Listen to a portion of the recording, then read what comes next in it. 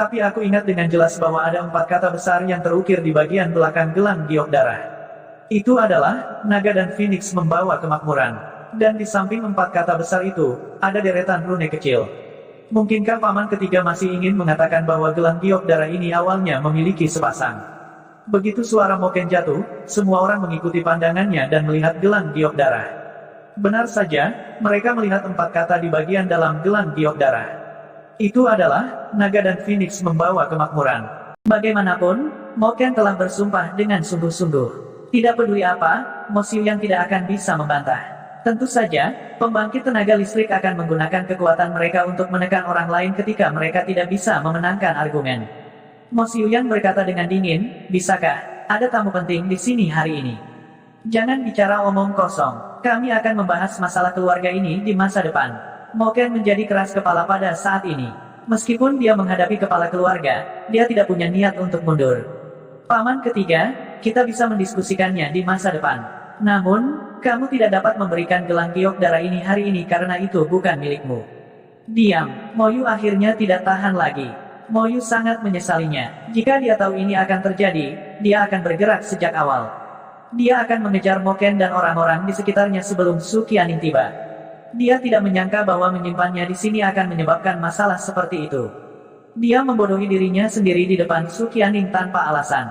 Ini memang lelucon besar. Lagi pula, barang yang dia berikan sebenarnya memiliki pemiliknya.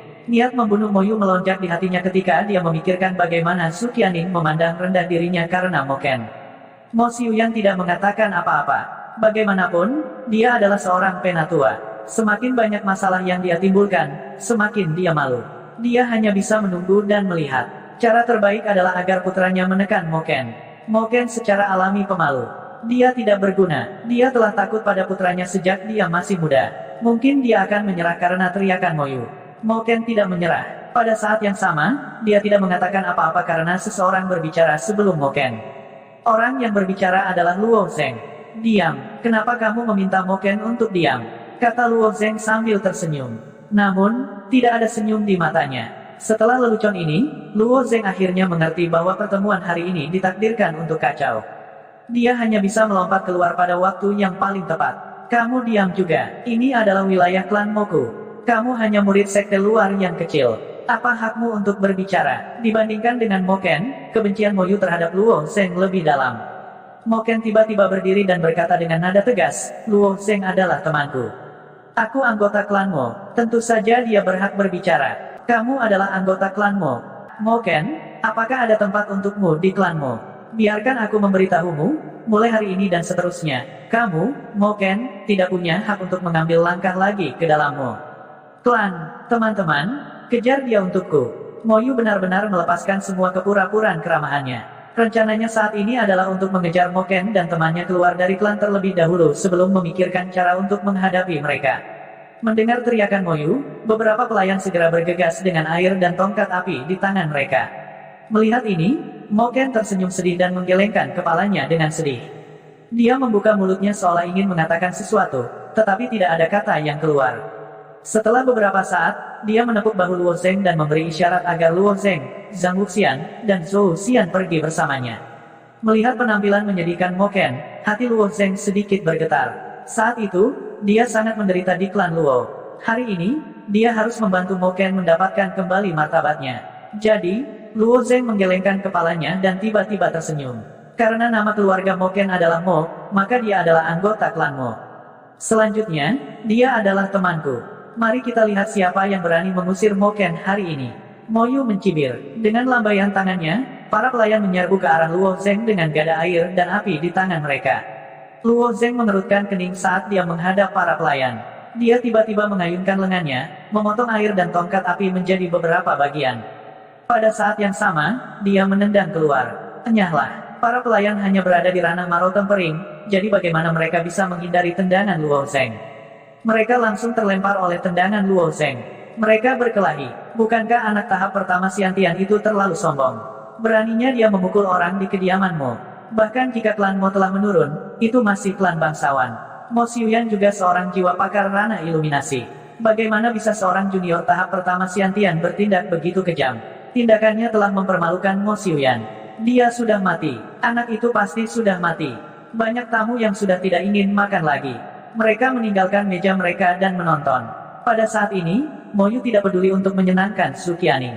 Dia mencibir dan berkata, mereka yang berani menimbulkan masalah di kediaman Mo kita tidak akan bisa pergi hidup-hidup. Saat dia berbicara, Moyu menyentuh jarinya dan sebuah tombak panjang muncul di tangannya. Dia mengarahkannya ke Luo Zeng dan berkata, karena kamu siap untuk bertarung, kamu juga harus siap untuk mati. Melihat pertarungan akan pecah, Su Qianing memimpin murid perempuan dari Jade Maiden Peak dan mundur ke samping. Pada saat ini, wajah Mo Yun pucat dan dia cemas. Kakak, jangan bertengkar lagi. Diam, Mo Yun, ini tidak ada hubungannya denganmu. Anak ini berani membuat masalah di kediaman Mo kita. Dia harus membayar harga atas perbuatannya. Saat ini, Mo Yu hanya menginginkan nyawa Luo Zeng. Mo Xiuyan adalah seorang penatua dan juga seorang ahli realem refleksi dewa. Dengan statusnya, tidak pantas baginya untuk berpartisipasi dalam perselisihan ini di depan umum. Selain itu, di antara orang-orang yang dibawa Mo Ken, yang paling kuat adalah anak tahap pertama Xiantian. Agaknya, kekuatan putranya jauh lebih lemah daripada putranya, jadi dia tidak perlu bertarung. Meski begitu, dia tidak lupa mengatakan, Yun Er, masalah ini tidak ada hubungannya denganmu. Jika para junior ingin belajar satu sama lain, biarkan mereka pergi. Meskipun dia berkata begitu, tetapi siapapun dengan mata yang tajam dapat melihat bahwa Mo Xiuyan mendorong putranya untuk memberi pelajaran kepada Luo Zeng. Mo Yun menggigit bibirnya tetapi tidak berani mengatakan apa-apa. Sebaliknya, Su Qianing dengan tenang menatap Mo Yun dan bertanya, Mo Yun, apa yang kamu khawatirkan? Mo Yun menggelengkan kepalanya, Saudari Qianing, saya khawatir saudara saya akan menderita kerugian. Meskipun Mo Yun juga merasa bahwa Mo Yu salah, Mo Yu tetaplah kakaknya. Sebagai sahabat Su Qianing, Mo Yun telah mendengar cerita legendaris Luo Zeng dari Su Qianing. Dia mengerti bahwa kekuatan Luo Zeng tidak sesederhana yang terlihat di permukaan. Su Qianing sedikit tersenyum, kakakmu tidak akan menderita kerugian. Mo Yun mengedipkan matanya dan bertanya, kenapa? Karena dia tidak memenuhi syarat untuk bertarung dengan Luo Zeng. Jika itu ayahmu, itu akan lebih tepat, kata Su Qianing ringan. Mata Mo Yun langsung melebar, wajahnya penuh ketidakpercayaan. Meskipun dia telah mendengar dari Su Qianing bahwa Luo Zeng bertarung melawan Jenderal Daemon dan memiliki konflik dengan keluarga Suge di kota berdaulat putih, dia tahu bahwa kekuatan Luo Zeng adalah tirani yang tak tertandingi. Tetapi untuk mengatakan bahwa kekuatan Luo Zeng sebanding dengan ahli alam dewa tercermin terlalu sulit dipercaya. Su Qianing merasa bahwa penilaiannya benar. Ketika Luo Zeng berada di White Sovereign City, dia telah menggunakan senki uniknya untuk hampir membunuh Su Xiu. Pada saat itu, Luo Zeng baru setengah langkah ke alam Xiantian dan belum memasuki alam Xiantian. Tapi sekarang Luo Zeng telah menjadi makhluk hidup Xiantian, kekuatannya telah meningkat pesat. Bahkan jika Luo Zeng tidak bisa mengalahkan ahli alam dewa tercermin, dia masih memiliki kekuatan untuk melawan mereka. Namun, meskipun Su Qianing berkata demikian, sebenarnya ada sedikit kekhawatiran di hatinya. Bagaimanapun, ini adalah Burning Heaven Imperial City, dan keluarga Su Qianing tidak jauh dari sini. Dia menghitung dalam hatinya bahwa jika Mo Xiuyan benar-benar ingin bergerak, dia akan segera memanggil ahli keluarganya. Pada saat ini, ada orang lain yang memiliki ide yang sama dengan Su Qianing. Orang ini adalah Zhang Wuxian. Zhang Wuxian mengerti bahwa dengan kekuatan Luo Zeng, dia pasti tidak akan kesulitan berurusan dengan Mo Yu. Namun, Mo Xiuyan sudah berada di alam dewa tercermin selama bertahun-tahun. Meskipun Mo Xiuyan bukan ahli alam dewa tercermin yang luar biasa, usianya masih ada. Luo Zeng kemungkinan besar bukan lawannya. Jika Mo Xiuyan benar-benar tidak peduli dengan wajah lamanya dan benar-benar ingin menekan Luo Zeng, maka Zhang Wuxian tidak punya pilihan selain bertindak. Hati Mo Yu dipenuhi dengan kebencian terhadap Luo Zeng. Tombak panjangnya melompat keluar dari cincin spasialnya dan menusuk keluar. Teknik tombak Mo Yu sangat unik. Tombaknya tidak terlalu panjang. Dibandingkan dengan tombak 8 Chi standar, tombaknya lebih pendek 3 Chi. Terlebih lagi, seluruh tubuh tombak itu terbuat dari Wind Willow Tree Heart. Jenis Wind Willow Tree Heart ini sangat ringan. Karena tombaknya ringan, kecepatan pukulannya sangat cepat. Dalam sekejap mata, tombak Mo Yu telah menusuk 12 kali. Ketika dia menyerang dengan tombaknya, itu memang cukup baginya untuk menertawakan teman-temannya dengan bangga. Ini karena metode serangan utama tombak adalah mengandalkan ujung tombak untuk menyebabkan kerusakan yang menusuk. Kerusakan semacam ini seringkali jauh lebih merusak daripada tusukan pedang atau potongan pedang. Namun, tombak panjang juga memiliki kelemahan, yaitu terlalu lambat untuk diselesaikan. Jika Anda mendorong keluar dengan tombak Anda dan lawan menghindarinya, lawan akan mengikuti sepanjang batang tombak dan menekan ke depan. Pada saat ini, orang yang menggunakan tombak akan sering merasa sulit untuk dihadapi. Tapi tombak Moyu pendek, apakah itu finishing atau mencolok, itu sangat cepat. Itu pada dasarnya menutupi kelemahan tombak panjang. Terlebih lagi, ketika Moyu menusukkan tombaknya, dia menuangkan esensi sejatinya ke dalam tombak panjang itu, membentuk astral sphere yang cepat dan ganas. Saat Mo Xiuyan melihat keterampilan tombak putranya, dia hanya bisa mengangguk, ekspresi persetujuan di wajahnya. Mo Yu selalu menjadi harapan Mo Xiuyan. Mo Xiuyan secara pribadi telah menyelidiki teknik tombak ini, dan ternyata itu adalah metode kultivasi langkah surgawi. Putranya memiliki kesempatan keberuntungan yang sangat besar, jadi ayahnya secara alami berharap bahwa dia akan menjadi bakat yang hebat, melampaui dirinya sendiri, dan memimpin keluarga Mo ke puncak lainnya. Oleh karena itu, Mo Xiuyan telah menggunakan semua sumber daya keluarga Mo untuk membantu Mo Yu menciptakan tombak bunga Willow Chaotic. Bertarung di depan banyak orang, Mo Yu masih ingin pamer. Pada saat ini, dia juga mengumpulkan semua yuan sejati di tubuhnya dan menuangkannya ke batang tombak. Ujung tombak yang keluar dari tombak itu penuh dan tajam, dan setiap tombak diarahkan langsung ke Luo Zheng. Mo Yu sepertinya tidak menahan diri. Masing-masing dari 12 serangan tombak ini ditujukan pada titik vital anak itu. Mo Ken, Zhou Xian dan Zhang Wuxian sudah mundur ke samping. Mereka tidak khawatir sedikit pun tentang Luo Zheng. Setelah bergaul dengan Luo Zheng begitu lama, Luo Zheng telah membawa mereka serangkaian kemenangan melawan yang kuat. Gagasan membandingkan kekuatan dengan yang lemah sama sekali tidak berlaku untuk Luo Zheng. Adapun seberapa kuat Luo Zheng dan pembangkit tenaga listrik seperti apa yang bisa dia tangani, mereka juga tidak tahu di dalam hati mereka. Namun, mereka hanya perlu memahami satu kebenaran, yaitu jangan pernah meremehkan Luo Zheng. Siapapun yang meremehkan Luo Zheng pada akhirnya akan menderita kerugian. Luo Zheng berdiri di tempat yang sama, menyaksikan serangan tombak Mo Yu dengan senyum tipis di wajahnya. Serangan tombak Mo Yu memang cepat. Di antara tahap pertama Xiantian, hanya sedikit orang yang bisa menandingi kecepatan serangan tombak Mo Yu. Tapi kecepatan itu relatif. Tetapi di mata Luo Zheng, kecepatan Mo Yu tidak layak disebut. Dalam sekejap, 12 serangan tombak ditembakkan, dan masing-masing dari 12 serangan tombak ini ditujukan pada titik vital Luo Zheng. Jika kekuatan seseorang tidak cukup, akan sangat sulit untuk mengelak, karena dalam pandangan mereka, 12 serangan tombak ini ditembakkan hampir bersamaan. Namun, Luo Zheng mengerti bahwa bahkan jika serangan tombak sangat cepat, setiap serangan tombak akan selalu memiliki urutan. Dan urutan serangan tombak akan menghasilkan celah, dan celah ini cukup besar untuk dihindari Luo Zheng. Jadi ketika 12 serangan tombak diarahkan ke Luo Zheng, sosok Luo Zheng tiba-tiba menjadi kabur. Apakah aku memukulmu? Mati untukku. Wajah Mo Yu menunjukkan ekspresi mengerikan, tetapi ada juga jejak kegembiraan di dalamnya. Namun, dengan sangat cepat, Mo Yu tercengang. Dia menyadari bahwa 12 serangan tombaknya telah meleset. Setiap kali tombak itu menusuk, orang yang bersentuhan dengannya hanyalah bayangan. Yang pertama adalah Afterimage, dan yang kedua adalah Afterimage. Setiap serangan tombak adalah bayangan. Bagaimana ini mungkin? Bagaimana dia bisa memiliki kecepatan yang menakutkan? Tombak Mo Yu ringan, jadi bisa dimengerti kalau dia bisa mencapai kecepatan yang mengerikan saat dipasangkan dengan teknik tombak tingkat surga. Tapi bagaimana Luo Zheng bisa bergerak begitu cepat? Bagaimana dia bisa membiarkan tubuhnya mempertahankan kecepatan tinggi untuk menghindar? Pada saat ini, wajah Mo Yu kosong, seolah-olah dia telah melihat hantu. Wajahnya penuh dengan ketidakpercayaan. Mo Xiuyan, yang menonton pertempuran dari belakang, juga memiliki ekspresi terkejut di matanya. Anak ini hanya mempertahankan kecepatan tinggi untuk menghindari tombak Mo Yu. Kecepatan gerakan ini, bahkan seorang ahli tahap refleksi surgawi akan merasa sulit untuk melakukannya. Apakah anak ini benar-benar di Xiantian tahap 1? Atau apakah dia sengaja menyembunyikan tingkat kultivasinya, dan dia sebenarnya adalah ahli tahap refleksi surgawi? Mustahil. Mo Xiuyan segera menyangkal pemikiran itu di dalam hatinya. Ketika seorang seniman bela diri memasuki tahap Xiantian, mereka dapat menarik kembali yuan sejati mereka ke dalam dantian mereka, menyembunyikan aura mereka. Ini membuat tidak mungkin bagi orang lain untuk melihat tingkat dan ranah kultivasi mereka. Tetapi untuk seseorang dengan alam yang lebih rendah, tidak ada gunanya menyamar di depan seseorang dengan alam yang lebih tinggi. Mo Xiuyan tidak percaya bahwa kekuatan anak ini lebih kuat darinya. Su Qianing memandang Luo Zheng dengan penuh minat. Dia bergerak di antara serangan tombak Mo Yu dengan sedikit senyum di wajahnya.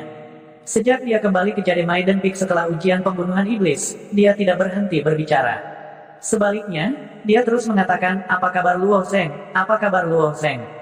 Kata-katanya acuh tak acuh seperti air. Beberapa saudara perempuannya pada dasarnya pingsan. Menjelang akhir, para suster ini mulai bercanda, mungkin mencoba memprovokasi Su Qianing. Begitukah? Apakah Luo Zheng itu benar-benar sekuat yang kamu katakan? Karena dia sangat kuat, kenapa aku tidak melihatnya di Ascension Rankings? Kakak-kakaknya sering mengatakan hal-hal aneh seperti itu.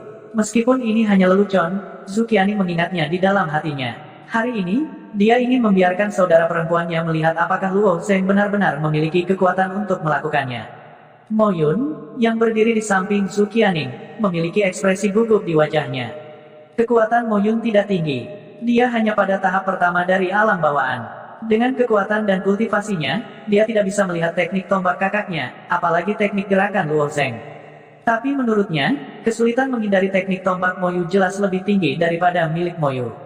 Ketika dia melihat wajah pucat Luo Zheng yang mengerikan dan ekspresi riang Luo Zheng, sepertinya dia tidak menganggap serius Mo Yu sama sekali, dan Luo Zheng seperti kucing yang bermain dengan tikus. Dia hanya bermain dengan kakaknya. Sepertinya benar-benar seperti yang dikatakan Su Qianing. Kakaknya, Mo Yu, tidak memiliki kualifikasi untuk melawan Luo Zheng sama sekali. Berdasarkan penampilan Luo Zheng, dia tidak bisa diganggu untuk melawan sama sekali. Jika dia benar-benar melawan, apakah kakak bisa menghindari serangannya? Dia benar-benar tidak suka pemotongan semacam ini karena hasilnya sangat kejam. Di sisi lain, saudara perempuannya yang lain tidak lupa mengobrol tanpa henti pada saat ini. Kecepatan Luo Zheng sangat cepat. Lihat gerakan menghindarnya, keren sekali. Dia benar-benar jenius satu dari sejuta yang memiliki kecepatan seperti itu pada tahap pertama alam bawaan. Saudari di belakang Su Qianing, Huarong, menghela nafas. Itu benar, dia bahkan tidak datang untuk melihat Sister Qianing kita ketika dia kembali. Mungkinkah hatinya milik orang lain? Saudari lain bernama Xiao Yu berkata dengan nada main-main yang sama sambil tersenyum. Kalian berdua, jika kamu terus berbicara omong kosong, hati-hati aku merobek mulutmu. Su Qianing berpura-pura marah dan mengangkat tinjunya untuk memukul adiknya. Jelas bahwa dia tidak mengkhawatirkan Luo Zheng sama sekali. Pada saat ini, tidak mungkin, kamu tidak bisa memiliki kecepatan ini. Mo Yu tidak bisa menerima hasil ini.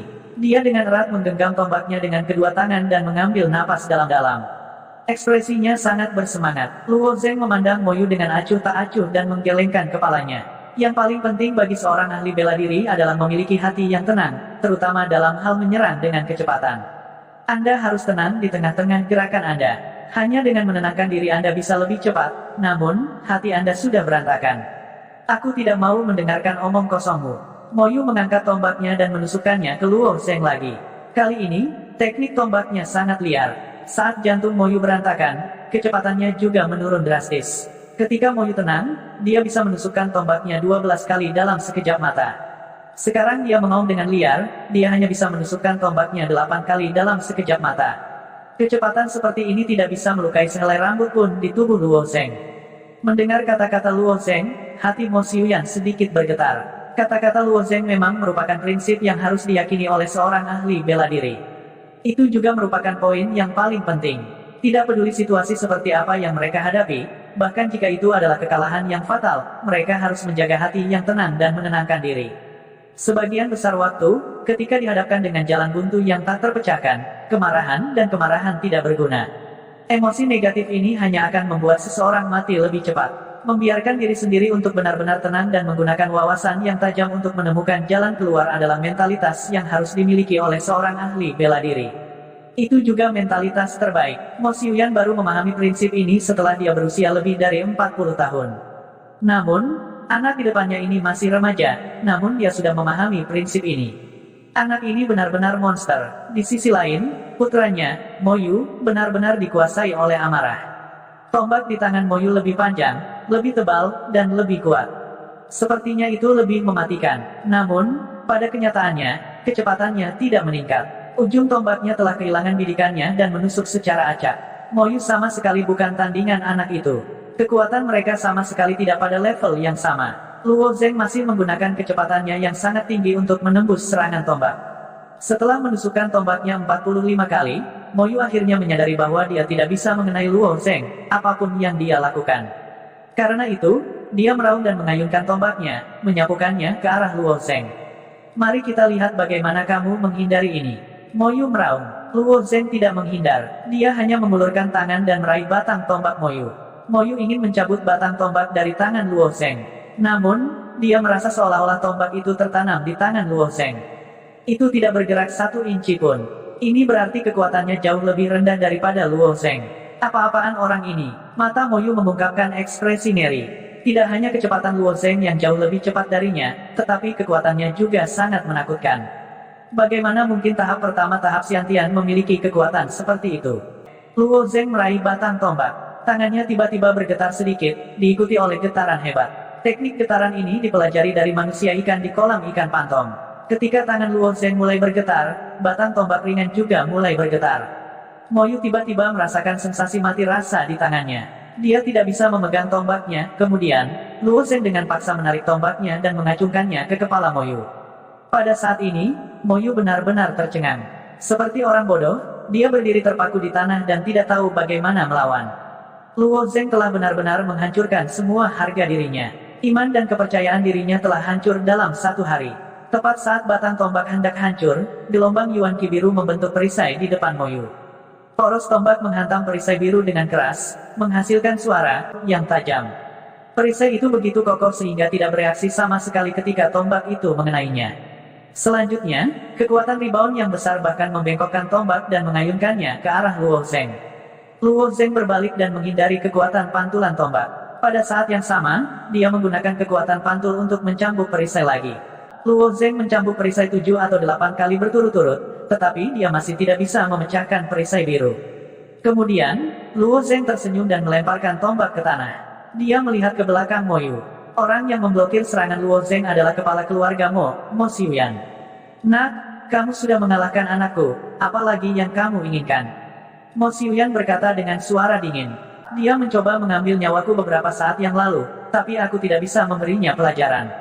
Anda, sebagai seorang ayah, melihat bahwa putra Anda sangat kejam, tetapi Anda tidak melakukan apa-apa. Sebaliknya, Anda bertanya kepada saya apa yang harus saya lakukan. Bukankah itu lelucon terbesar di dunia? Luo Zeng memiliki senyum di wajahnya, tetapi kata-katanya tidak memberi jalan. Mendengar kata-kata Luo Zeng, Mo Xiuyan merasa wajahnya memanas. Kamu, orang luar, berani menimbulkan masalah dalam keluarga Mo kita. Apa kesalahan yang dilakukan putraku? Sebagai seorang penatua, Mo Xiuyan masih ingin berdiri di sisi alasan, meskipun dia benar-benar ingin membunuh Luo Zeng sekarang. Menyebabkan masalah, orang-orang dari keluarga Mo benar-benar lucu. Saya menemani teman baik saya Mo Ken ke pertemuan ini, bagaimana itu menyebabkan masalah? Putra Anda telah menyebabkan masalah bagi Mo Ken sejak awal, apakah itu dianggap menyebabkan masalah?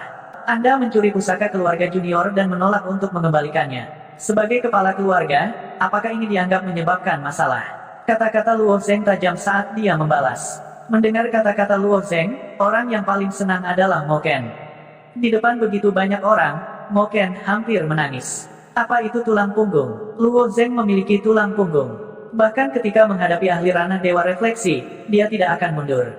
Sangat disayangkan bahwa dia, Mo Ken, telah bertahan selama bertahun-tahun di rumah, tetapi pada akhirnya, dia masih membutuhkan Luo Zeng untuk membelanya. Memikirkan hal ini, Mo Ken tiba-tiba mengambil 2 langkah ke depan dan berteriak keras, "Paman ketiga. Beberapa tahun yang lalu, Anda memberitahu saya bahwa ayah saya meninggal karena panah. Anda mengatakan kepada saya bahwa Anda tidak hadir ketika dia meninggal, tetapi setelah darah gelang giok menghilang, sekarang secara misterius muncul di tanganmu. Apa yang kamu sembunyikan? Mungkinkah ayahku dibunuh olehmu?" Pikiran ini muncul secara tak terkendali di hati Mo Ken saat dia melihat gelang giok darah. Sebelum ini, Mo Ken tidak pernah meragukan penyebab kematiannya. Tetapi paman ketiga telah bersumpah bahwa ketika ayahnya meninggal, paman ketiga tidak hadir. Karena dia tidak ada, bagaimana dia bisa mengambil gelang giok darah ayahnya? Mengapa dia berbohong? Jika dia tidak membunuh ayahnya, dia tidak perlu berbohong. Mo Xiuyan adalah seorang pria yang telah hidup selama beberapa dekade. Senyum dingin muncul di wajahnya, bagaimana ayahmu meninggal, kamu bisa pergi ke kuburannya dan bertanya padanya. Sebagai paman ketigamu, aku khawatir aku tidak bisa menjawab pertanyaanmu. Baiklah, jika Anda tidak dapat menjawab pertanyaan ini, maka izinkan saya bertanya. Mo Xiuyan tidak bisa menghindari pertanyaan tentang gelang giok darah. Namun, Mo Xiuyan tidak berniat menjawab pertanyaan ini. Sebaliknya, dia menatap Mo Ken dengan dingin dan berkata, "Kamu tidak tahu apa yang baik untukmu. Aku, Mo Xiuyan, telah memperlakukanmu dengan baik. Apakah ini nada yang kamu gunakan untuk berbicara dengan paman ketigamu?" Memperlakukan saya dengan baik. Wajah Mo Ken dipenuhi dengan senyum pahit. Mo Xiuyan, kamu menggertakku karena aku lemah dan bodoh. Tetapi pernahkah kamu berpikir bahwa aku tidak bodoh? Sebagai putra sah keluarga Mo, kapan aku pernah menerima bahkan 1% dari perlakuan yang dimiliki Mo Yu? Bahkan jika para pelayan ini menunggangi kepalaku, sebagai kepala keluarga, jika kamu telah memperlakukanku dengan baik, bagaimana mereka berani melakukan ini? Mungkinkah itu? Saya tidak tahu bahwa ini adalah ide Anda. Anda hanya ingin memaksa saya keluar dari keluargamu. Kamu tidak menghormati orang tuamu. Hari ini, aku akan memberimu pelajaran atas nama almarhum ayahmu. Mo Xiuyan tidak mengizinkan Mo Ken untuk terus berbicara. Dengan lambaian tangannya, energi vital biru terbentuk dan berubah menjadi pedang panjang biru. Sebelum pedang panjang berwarna biru muda terbentuk sepenuhnya, ujung pedangnya diarahkan lurus ke arah Mo Ken. Ini bukan tentang memberi pelajaran pada Mo Ken. Itu jelas tentang mengambil nyawa Mo Ken. Sebagian besar anggota keluarga Mo hadir pada pertemuan hari ini. Namun, tidak ada satupun anggota keluarga Mo yang berbicara atau menghentikan mereka. Ketika dia melihat tatapan dingin dari anggota keluarga Mo di sekitarnya, hati Mo Ken menjadi dingin. Dia tidak lagi memiliki keterikatan dengan keluarga ini. Tidak apa-apa jika saya tidak memiliki penatua seperti ini. Namun, Anda tidak memiliki hak untuk memberi pelajaran pada Mo Ken. Tepat saat pedang panjang biru hendak menembus Mo Ken, Luo Zeng meninju. Bayangan tinju hitam keunguan bertabrakan dengan pedang panjang biru. Pada saat tumbukan, Luo Zeng menggunakan pikirannya untuk meledakkan kekuatan bintang-bintang di dalam Sky Demon True Essence. Ledakan. Ketika cahaya bintang meledak, itu memancarkan kekuatan penghancur yang langsung menelan pedang panjang biru Mo Xiuyan. Ketika dia melihat Luo Zeng menghentikan serangannya, wajah Mo Xiuyan menjadi gelap. Alasan Mo Xiuyan tidak menyerang Luo Zeng adalah karena dia masih ragu. Dia masih sangat muda, namun dia memiliki kekuatan seperti itu. Mungkinkah dia menjadi murid dari Yang Maha Kuasa? Mo Xiuyan harus berhati-hati ketika berhadapan dengan orang seperti itu. Oleh karena itu, meskipun Mo Yu telah dikalahkan olehnya, Mo Xiuyan tidak mempersulitnya. Kegagalan belum tentu merupakan hal yang buruk. Mampu membuat putranya mengerti bahwa selalu ada seseorang yang lebih baik di luar sana mungkin merupakan cara untuk memacunya. Tapi anak ini tidak tahu kapan harus mundur. Dia ingin memberi Mo Ken pelajaran, tetapi anak ini berani menghentikannya. Apakah kamu benar-benar berpikir tidak ada harga untuk menyerang di Mo Residence-ku? Begitu suara Mo Xiuyan jatuh, esensi sejati biru melonjak keluar dari tubuhnya seperti api. Esensi sejati terbakar dengan gila-gilaan. Seberapa menakutkan aura seorang pembudidaya alam dewa penerangan. Orang-orang yang berdiri di dekat Mo Xiuyan dipaksa mundur oleh tekanan. Esensi sejati biru melayang di udara, dan saat terbakar, ia mulai berubah menjadi berbagai senjata. Pisau, pedang, tongkat, tombak. Menghadapi kultivator alam dewa penerangan, ekspresi Luo Zeng menjadi serius. Esensi sejati orang ini dapat berubah menjadi begitu banyak objek yang berbeda. Sepertinya visualisasinya lebih kompleks. Esensi sejati iblis langit di lengan Luo Zeng juga mulai menyatu dengan kristal Feng Xiang. Mo Xiuyan ini bahkan lebih kuat dari Su Xiu. Meskipun dia mengerti bahwa membantu Mo Ken berarti konflik langsung dengan Mo Xiuyan, dia tidak berpikir itu akan secepat ini. Tetapi pada saat ini, dia tidak bisa mundur. Luo Zeng sangat marah dengan kemalangan Mo Ken. Tidak peduli apa, dia akan menuntut penjelasan dari klan Mo hari ini.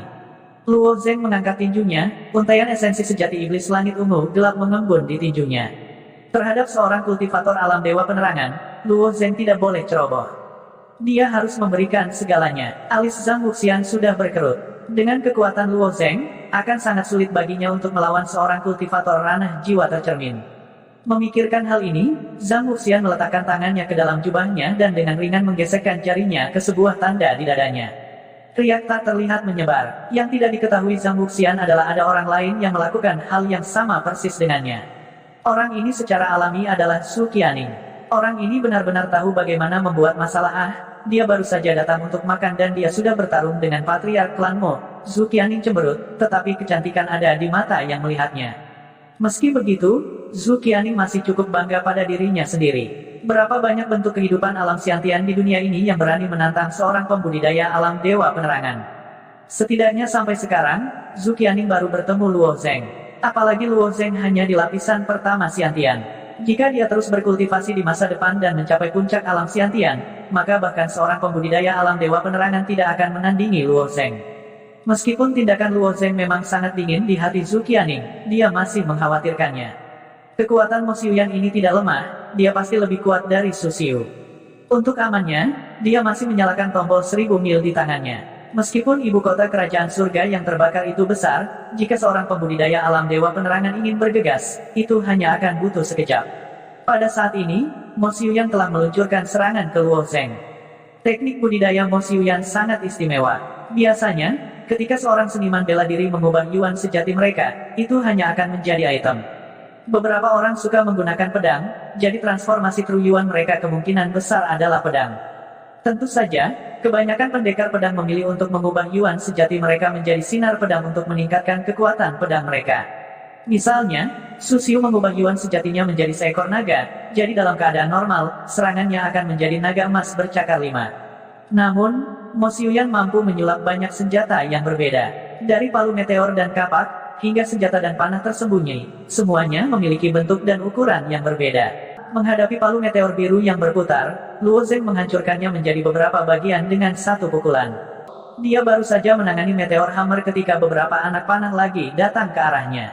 Luo Zeng seperti kupu-kupu, menenun melalui panah. Setelah menghindari panah, pedang besar datang menebas ke kepala Luo Zeng. Saat Luo Zeng menghindar, dia menamparkan bilah pedang dengan telapak tangannya dan menggunakan kekuatan penghancur bintang untuk mematahkan pedang menjadi 2, mengubahnya menjadi bintik energi spiritual yang perlahan menghilang. Seorang pembudidaya alam refleksi surgawi masih jauh lebih kuat daripada makhluk hidup Conate. Berbicara secara logis, untuk seseorang seperti Mo Xiuyan, karena ada terlalu banyak jenis energi spiritual, kekuatan mereka biasanya akan berkurang. Dengan pertahanan dan kecepatan Luo Zeng, dia merasa bahwa dia mungkin bisa melakukan perlawanan. Tapi penilaian Luo Zeng salah. Bagaimanapun, seorang kultivator realem refleksi surgawi satu tingkat lebih kuat darinya. Senjata yang dibentuk oleh energi spiritual Mo Xiuyan seperti sungai, mengalir tanpa henti. Selain itu, setiap senjata berbeda, membuatnya semakin sulit bagi Luo Zeng untuk menemukan pola. Pada titik ini, dia hanya bisa berlari untuk hidupnya. Junior yang bodoh. Hari ini, aku akan membiarkanmu memahami harga kesombongan. Mo Xiuyan juga menahan amarahnya. Setelah Mo Xiuyan selesai berbicara, cahaya biru dari tubuhnya meningkat. Di udara, jumlah senjata yang dibentuk oleh energi spiritual lebih dari 2 kali lipat. Begitu mereka muncul, mereka menyerang Luo Zeng dari arah yang berbeda. Luo Zeng juga memberikan segalanya. Jika dia menemukan senjata yang bisa dia hancurkan, dia akan menghadapinya secara langsung. Jika dia menemukan senjata yang terlalu cepat, dia akan menggunakan keunggulannya dalam kecepatan untuk menghindar. Mo Xiuyan benar-benar marah, itulah sebabnya dia menyerang Luo Zeng. Sebenarnya, itu cukup memalukan bagi seorang pembudidaya alam refleksi surgawi untuk secara paksa menekan seorang junior. Namun, Mo Xiuyan berbeda. Keluarga Mo adalah keluarga bangsawan di ibu kota kekaisaran, dan dia adalah kepala keluarga Mo. Jika dia benar-benar habis-habisan untuk berurusan dengan seorang junior di Xiantian First Stage, itu tidak dapat dibenarkan. Namun, kekuatan anak ini memang tidak sesederhana yang terlihat di permukaan. Dia terus memanggil semua jenis senjata untuk menekan anak ini. Namun, mereka tidak menimbulkan banyak ancaman bagi anak ini. Kadang-kadang, 1 atau 2 senjata dapat melukainya, tetapi itu tidak benar-benar melukainya. Ini membuat Mo Xiuyan sangat ragu-ragu. Haruskah dia menggunakan cara yang lebih kuat? Sementara Mo Xiuyan ragu-ragu, Luo Zeng sudah memikirkan solusi. Meskipun ada banyak senjata, kekurangannya juga terlihat jelas. Karena ada terlalu banyak senjata, kekuatan satu senjata jauh lebih rendah daripada naga emas 5 cakar Su Xiuyan. Namun, ada terlalu banyak dari mereka, yang membuat Luo Zeng sulit untuk berurusan dengan mereka. Menghadapi senjata terbang, tinju Luo Zeng tiba-tiba mulai bergetar. Menggunakan getaran tinjunya yang sangat kecil sama dengan menyebabkan beberapa kerusakan pada objek yang ditabrak tinjunya dalam waktu singkat. Efek dari gerakan Luo Zeng langsung terasa. Senjata apapun yang menyerang Luo Zeng akan hancur berkeping-keping begitu bersentuhan dengan tinjunya. Setiap kali Luo Zeng meninju, sebuah senjata akan hancur. Meskipun Mo Xiuyan memanggil banyak senjata, kecepatan pukulan Luo Zeng juga tidak lambat. Situasi benar-benar menemui jalan buntu. Melihat Luo Zeng bola-balik dengan bebas dalam susunan senjatanya, terus-menerus menghancurkan senjata yang dibentuk oleh True Essence-nya, tatapan Mo Xiuyan menjadi semakin dingin. Mungkinkah anak ini benar-benar berpikir bahwa dia memiliki modal untuk melawanku? Senyum dingin muncul di wajah Mo Xiuyan. Dengan lambaian tangannya, semua senjata melayang di udara, tidak bergerak, tidak lagi menyerang Luo Zeng. Kemudian, dia dengan ringan melambaikan tangannya lagi.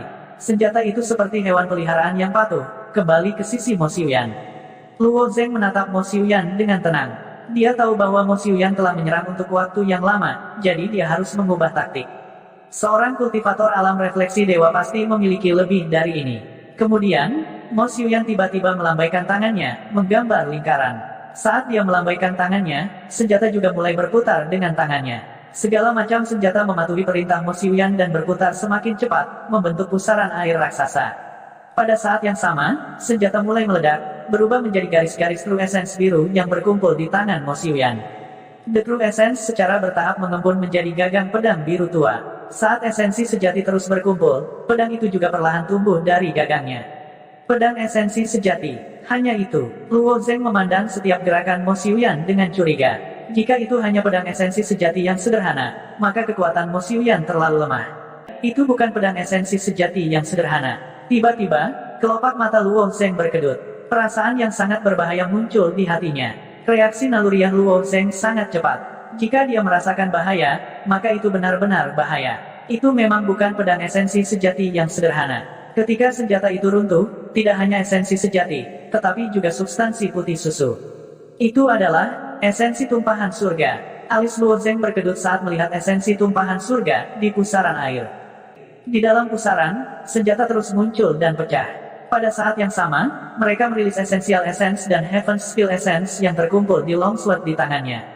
Dalam proses kondensasi ini, tingkat pedang panjang esensi sejati biru terus meningkat. Senjata suan tingkat rendah, senjata suan tingkat menengah, senjata suan tingkat tinggi. Senjata roh tingkat rendah, senjata roh tingkat menengah, senjata roh tingkat tinggi. Tiba-tiba, pedang di tangan Mo Xiuyan memancarkan cahaya biru yang menyilaukan. Semua orang yang hadir menutup mata mereka secara refleks ketika mereka melihat cahaya biru.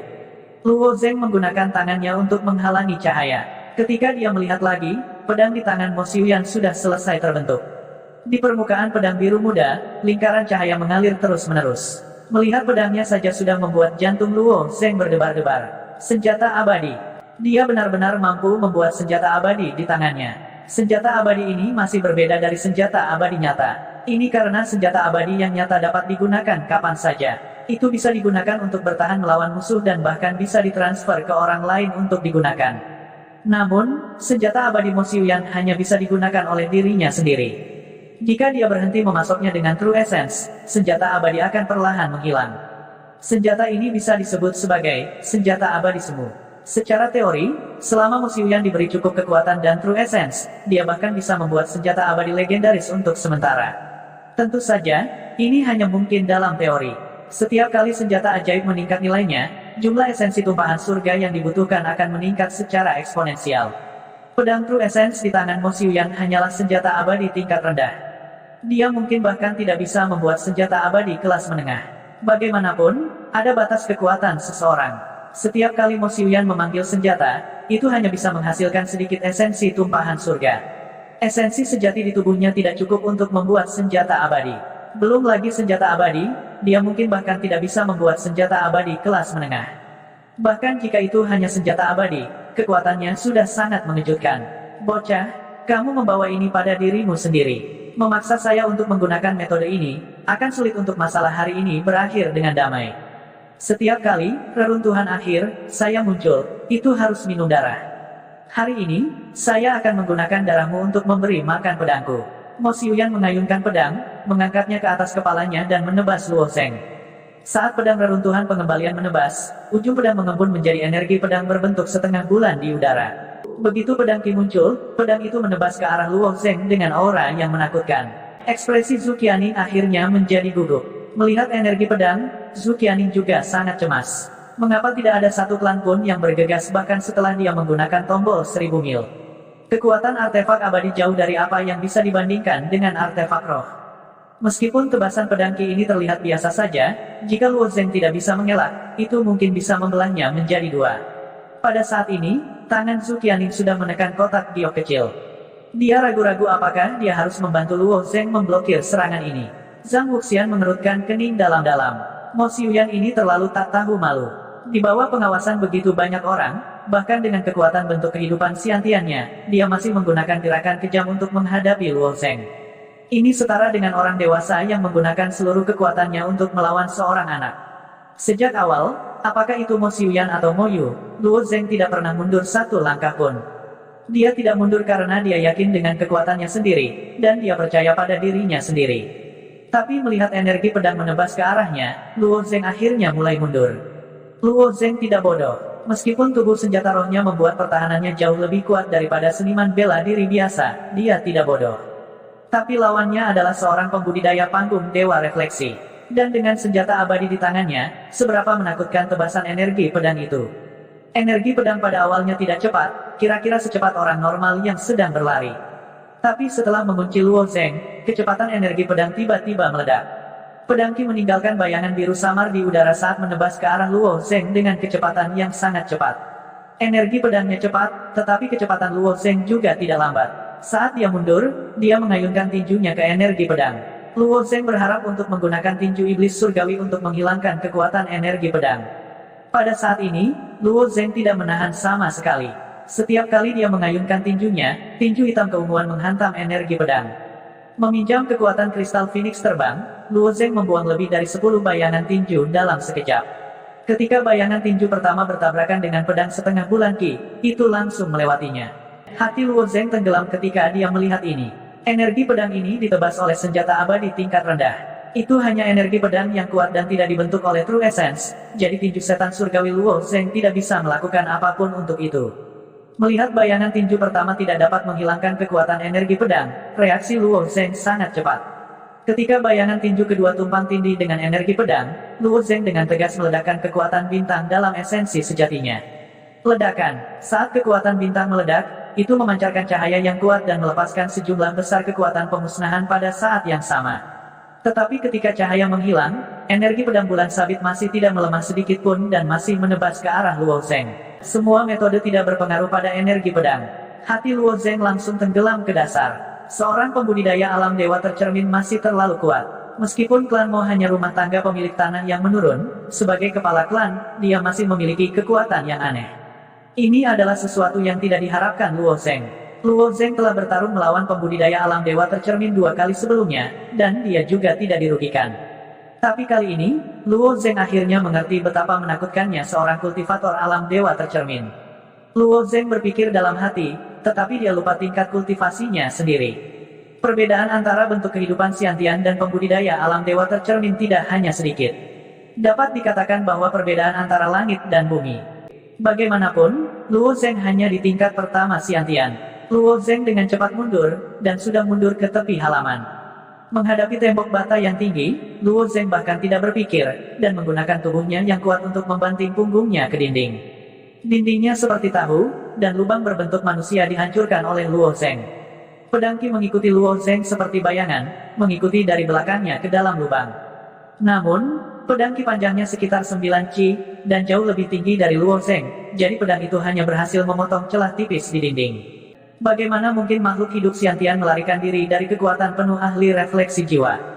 Luo Zeng mampu menahan serangan banyak senjata Mo Xiuyan, dan itu sudah sangat menantang surga, tapi dia masih bisa bertahan dari pedang Qi ini, yang benar-benar tak terbayangkan. Zhang Wuxian, Zhu Qianing, dan murid-murid lain dari Sekte Awan Biru juga memiliki ekspresi khawatir di wajah mereka. Mereka tentu saja berharap Luo Zeng akan dapat melarikan diri dari kematian, dan menghindari pedang Qi itu, tetapi mereka juga percaya bahwa Luo Zeng tidak akan dapat menghindarinya. Di sisi lain dinding, ada suara benturan keras yang konstan. Rupanya, untuk menghindari Qi pedang itu, Luo Zeng telah menghancurkan banyak tembok. Pada saat ini, Zhu Qianing tidak bisa lagi menahannya. Alisnya berkerut lembut, dan dia mencoba yang terbaik untuk menenangkan emosinya. Kemudian, dia berkata kepada Mo Xiuyan, Patriark Mo, Luo Zeng hanyalah seorang junior. Beberapa kata-katanya tidak enak didengar, tetapi dia tidak pantas mati. Tolong lepaskan dia. Pada saat ini, Mo Xiuyan masih memegang pedang panjang, dan 2 jarinya menunjuk ke ujung pedang. Dia mengendalikan Qi pedang untuk mengejar Luo Zeng. Melihat bahwa pedang Qi hendak memotong Luo Zeng, karena gangguan Zhu Qianing, Luo Zeng telah melarikan diri. Namun, Mo Xiuyan tidak cemas. Jika Qi pedang ini tidak dapat membunuh Luo Zeng, maka kultivasi selama bertahun-tahun ini akan sia-sia. Mendengar kata-kata Zhu Qianing, Mo Xiuyan tersenyum tipis, karena dia mengatakan sesuatu yang salah, dia harus membayar harganya. Aku hanya memberinya pelajaran. Mo Xiuyan tidak mau membiarkan Luo Zeng pergi. Apa yang disebut pelajaran, dikatakan ringan, tetapi bagaimana mungkin Luo Zeng masih hidup setelah dipotong oleh pedang Qi-nya? Pelajaran, kepala keluarga Mo, jangan ucapkan kata-kata setengah hati ini. Luo Zeng, kamu tidak bisa membunuhnya. Dia adalah dermawanku. Jika kamu benar-benar membunuhnya, aku khawatir keluarga Mo tidak akan bisa menjelaskannya depan keluarga Su. Su Qianing melihat bahwa bujukan tidak efektif, jadi kata-katanya menjadi tegas. Di depan raksasa seperti keluarga Divine Needle Su, keluarga Mo kecil bahkan tidak layak disebut. Wajah Mo Xiuyan sedikit tenggelam. Su Qianing ini benar-benar berani mengancamnya. Dibandingkan dengan raksasa seperti keluarga Divine Needle Su, keluarga Mo juga merupakan rumah tangga pemilik tanah, tetapi pada kenyataannya, itu sangat kecil. Kenyataannya, ancaman Su Qianing efektif. Lagi pula, Mo Xiuyan juga menyadari status Su Qianing dalam keluarga. Jika Su Qianing benar-benar melepaskan semua kepura-puraan keramahan dan menggunakan sumber daya keluarga Su untuk menekan keluarga Mo, maka hari-hari keluarga Mo akan menjadi lebih sulit. Penindasan semacam ini tidak membutuhkan pedang dan tombak sungguhan. Fondasi keluarga Mo tidak kuat untuk memulai. Saat ini, seluruh pendapatan keluarga Mo sepenuhnya bergantung pada beberapa tambang di selatan ibu kota kekaisaran. Dengan kemampuan keluarga Zhu, akan sangat mudah untuk memotong jalur kehidupan ekonomi ini. Pada saat itu, keluarga Mo akan berada dalam bahaya. Namun, Mo Xiuyan memikirkannya lagi. Meskipun keluarga Mo hanyalah rumah tangga pemilik tanah yang menurun, kadang-kadang, sedikit gerakan di satu bagian dapat mempengaruhi seluruh situasi. Keluarga Zhu memang kuat, tetapi bukan seolah-olah mereka tidak memiliki musuh. Oleh karena itu, tindakan keluarga Zhu harus dipertimbangkan secara matang. Mereka mungkin tidak mendengarkan gadis kecil ini. Selain itu, dia adalah kepala keluarga yang bermartabat, ahli refleksi surgawi. Bagaimana dia bisa diancam oleh seorang gadis kecil? Oleh karena itu, Mo Xiuyan hanya tersenyum dan berkata, "Nona Zhu bercanda. Jika saya, Mo Xiuyan, melakukan sesuatu yang seharusnya tidak saya lakukan, saya akan secara alami pergi ke keluarga Zhu untuk meminta maaf."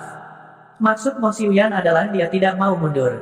Ekspresi Zhu Qianing agak jelek. Saat ini, dia hanya bisa berharap bahwa orang-orang keluarga Zhu akan bergegas. Zhu Qianing tidak mengatakan apa-apa, tetapi pada saat ini, Zhang Wuxian muncul. Hari ini, Zhang Wuxian mengatakan bahwa dia akan menemani Luo Zeng untuk menimbulkan masalah. Tetapi pada akhirnya, dia telah menonton dari samping selama setengah hari dan akhirnya menyeret Luo Zeng ke dalam kekacauan ini. Sekarang Luo Zeng dikejar-kejar oleh pedangki Mo Xiuyan, dia harus melakukan sesuatu. Zhang Wuxian menangkupkan tangannya ke arah Mo Xiuyan dan berkata, "Tuan Mo, bisakah Anda mendengarkan saya sebentar?" Mo Xiuyan sudah sangat tidak sabar. Kecepatan Luo Zeng telah melebihi harapannya. Saat ini, dia harus memusatkan seluruh perhatiannya untuk mengendalikan ki pedangnya untuk mengejar Luo Zeng, tetapi para junior ini mengganggunya. Dia masih memberi Zhu Qianing sedikit wajah, tapi apa yang salah dengan lemak kecil di depannya ini? Mo Xiuyan berkata dengan dingin, "Apa? Dan siapa kamu?" "Saya putra ketiga keluarga Zhang. Saya dipanggil Zhang Wuxian," kata Zhang Wuxian sambil menangkupkan tangannya. Suara Zhang Wuxian tidak keras, tetapi mayoritas orang yang hadir mendengarnya dengan jelas. Pada saat ini, Mo Xiuyan telah memaksa Luo Zeng ke sudut dengan pedangkinya. Tetapi karena gangguan Zhang Wuxian, Luo Zeng berhasil menghindari pedangki dan melarikan diri. Itu benar-benar menyebalkan, tapi dia tidak punya pilihan selain mempertimbangkan pertanyaan ini. Keluarga Zhang, lemak kecil ini berasal dari keluarga Zhang. Mo Xiuyan segera merasakan sakit kepala datang. Apa yang sedang terjadi? Mengapa teman-teman yang dibawa kembali oleh Mo Ken begitu sulit untuk dihadapi? Perasaan aneh muncul di hati Mo Xiuyan. Pada saat ini, Mo Xiuyan bukan satu-satunya yang memiliki perasaan ini. Mo Yu, yang menyusut ke samping, juga merasakan hal yang sama. Mo Ken ini hanyalah kutukan. Dia membawa Luo Zeng untuk menghancurkanku, dan sekarang seorang anggota keluarga Zhang muncul untuk mempersulit ayahku. Mo Ken, aku akan membunuhmu cepat atau lambat. Mo Yu memelototi Mo Ken, matanya sangat merah hingga terlihat seperti akan berdarah. Adapun teman-teman yang Mo Yu bawa kembali, mereka semua berdiri diam di samping. Teman-teman Mo Yu juga keturunan dari rumah tangga pemilik tanah. Rumah tangga pemilik tanah tempat mereka berada jauh lebih kuat daripada keluarga Mo, tetapi mereka tidak dapat dibandingkan dengan keluarga Zhu atau keluarga Zhang, yang bukan rumah tangga pemilik tanah. Mereka tidak punya hak untuk berbicara dalam situasi ini. Ketika mereka berpikir tentang bagaimana mereka memandang rendah meja Mo Ken sekarang, mereka akhirnya mengerti bahwa Mo Ken tampak seperti penurut, tetapi pada kenyataannya, dia adalah seorang master yang berpura-pura menjadi babi untuk memakan harimau. Tidak, orang-orang di pihak Mo Ken semuanya adalah tuan yang berpura-pura menjadi babi untuk memakan harimau. Pada saat ini, beberapa dari mereka bahkan diam-diam menilai Zhou Xian, berpikir bahwa orang ini tidak akan melompat keluar. Apalagi dia juga anggota dari 7 rumah tangga pemilik tanah. Adapun identitas Zhou Xian, tiba-tiba menjadi misterius. Namun, tebakan mereka kali ini salah. Zhou Xian memang seorang murid akar rumput tanpa latar belakang apapun untuk dibicarakan. Jadi, ini tuan muda ketiga keluarga Zhang. Maafkan aku, gumam Mo Xiuyan pada dirinya sendiri. Jantungnya berdetak seperti drum. Apakah dia akan menyinggung terlalu banyak orang hanya untuk berurusan dengan Luo Zheng? Jika dia benar-benar membunuh Luo Zheng, dia tidak hanya akan menyinggung keluarga Zhu, tetapi dia juga akan menyinggung keluarga Zhang. Patriark Mo, seperti kata pepatah, mundur selangkah dan kamu akan melihat dunia. Terkadang, kamu perlu menimbang harganya. Meskipun kekuatan Zhang Wuxian kurang, dia bisa melihat menembus hati orang-orang. Mungkin Mo Xiuyan benar-benar ingin membunuh Luo Zheng, dan dia ingin membunuhnya. Namun, seorang patriark harus mempertimbangkan banyak hal saat melakukan sesuatu. Ada lebih dari satu hal yang melibatkan dirinya. Meskipun dia bisa melindungi wajah keluarga Mo dengan bertindak berdasarkan dorongan hati, bagaimana keluarga Mo akan bertahan di masa depan? Zhang Wuxian sudah bisa melihat bahwa Zhu Qianing jatuh cinta pada Luo Zheng. Terlebih lagi, Luo Zheng adalah penyelamatnya. Jika sesuatu terjadi pada Luo Zheng di sini, bagaimana keluarga Mo akan menjelaskan diri mereka sendiri? Selain itu, Zhang Wuxian sendiri tidak akan duduk diam. Keluarga Zhang tidak memiliki persyaratan tinggi untuk kekuatan keturunan mereka. Selain itu, Zhang Wuxian adalah putra dari istri pertama, dan kakak laki-lakinya adalah pilar masa depan keluarga Zhang. Mungkin Zhang Wuxian bisa meyakinkan keluarga Zhang sekarang dan memblokir garis hidup keluarga Mo, tapi bagaimana di masa depan?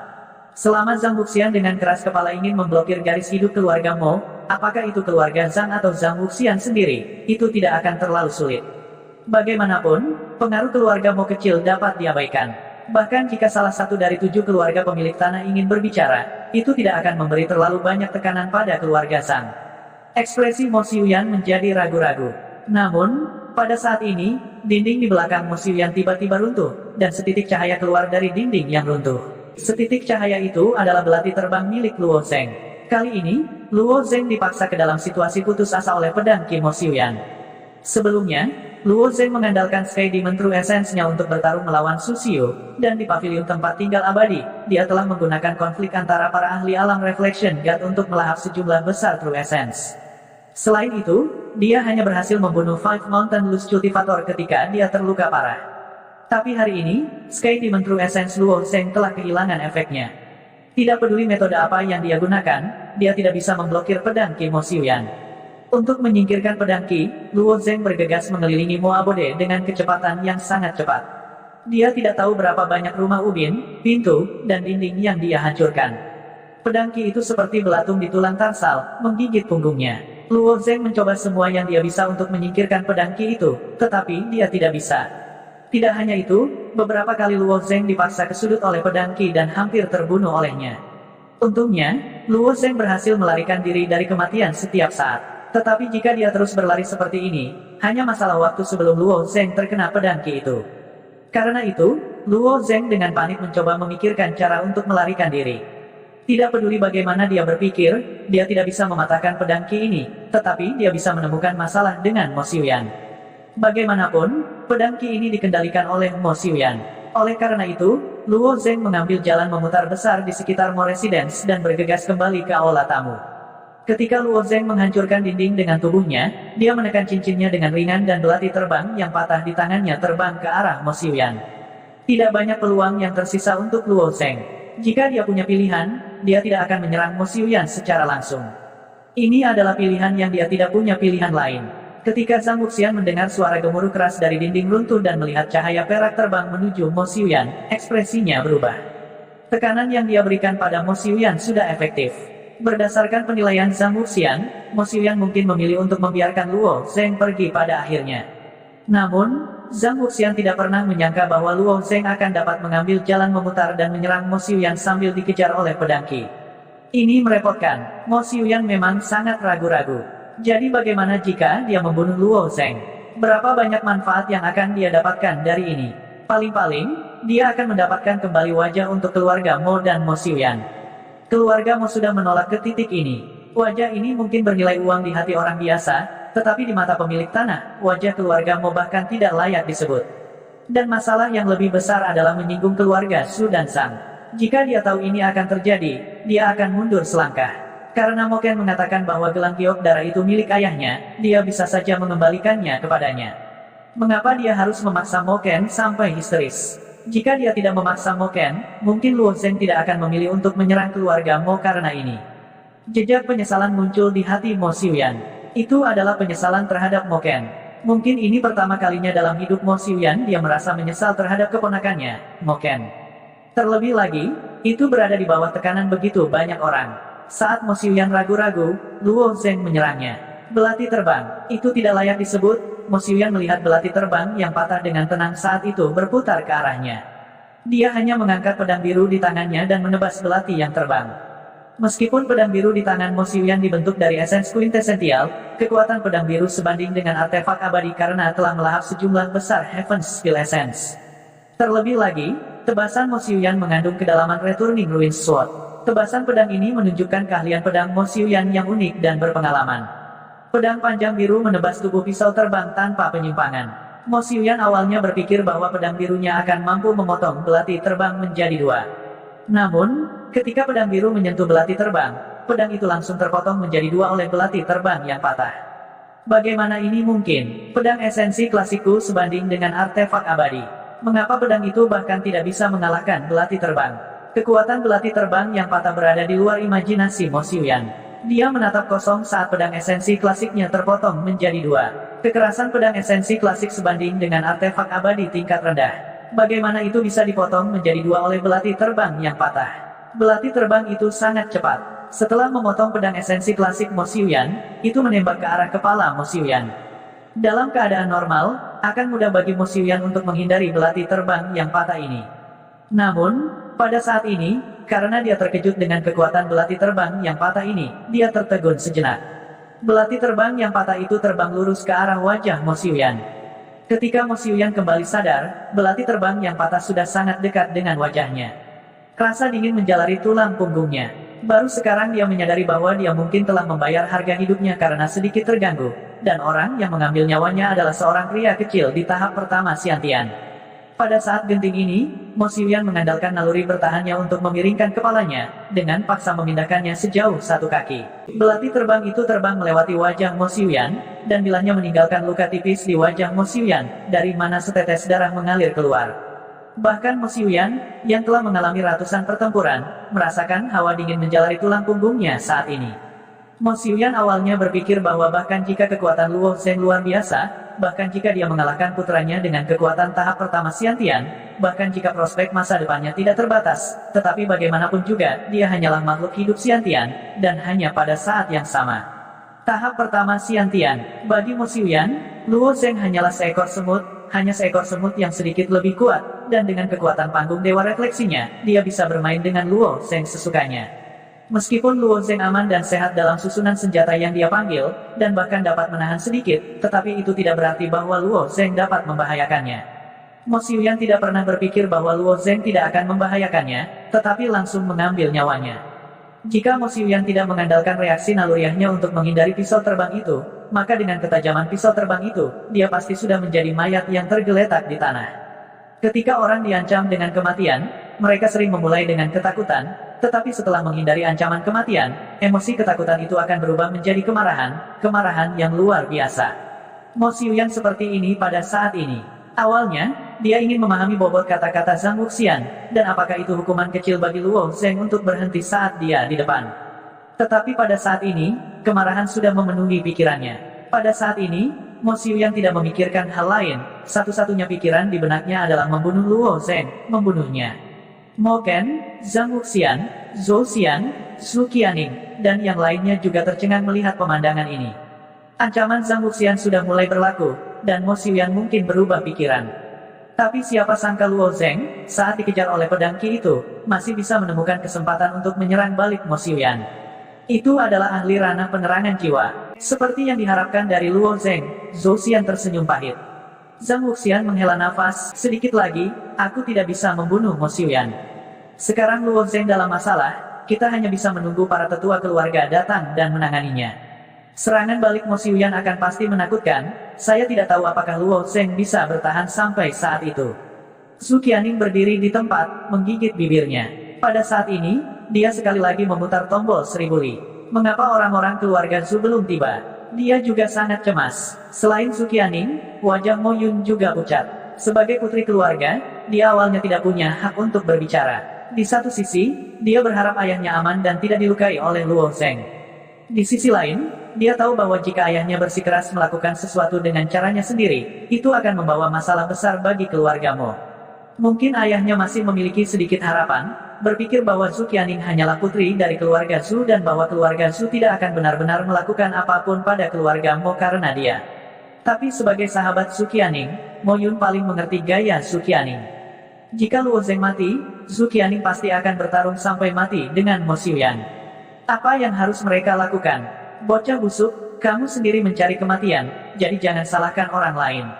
Pada saat ini, wajah Mo Xiuyan tiba-tiba menjadi ganas. Keruntuhan pengembalian, di tangannya tiba-tiba bersinar dengan cahaya biru. Setiap serangan menghasilkan seutas pedang ki. Setelah 4 serangan berturut-turut, 4 helai pedang ki muncul, dan setiap helai pedang ki lebih kuat dari yang terakhir. 4 helai pedang ki, menambahkan untaian pertama pedang ki yang telah membuntuti Luo Zheng, ada total 5 untai pedang ki. Aku akan memotongmu berkeping-keping. Mo Xiuyan memegang Returning Ruins Sword di satu tangan dan mengarahkan tangan lainnya ke ujung Returning Ruins Sword. Dia fokus mengendalikan 5 helai pedang ki untuk mengejar Luo Zheng.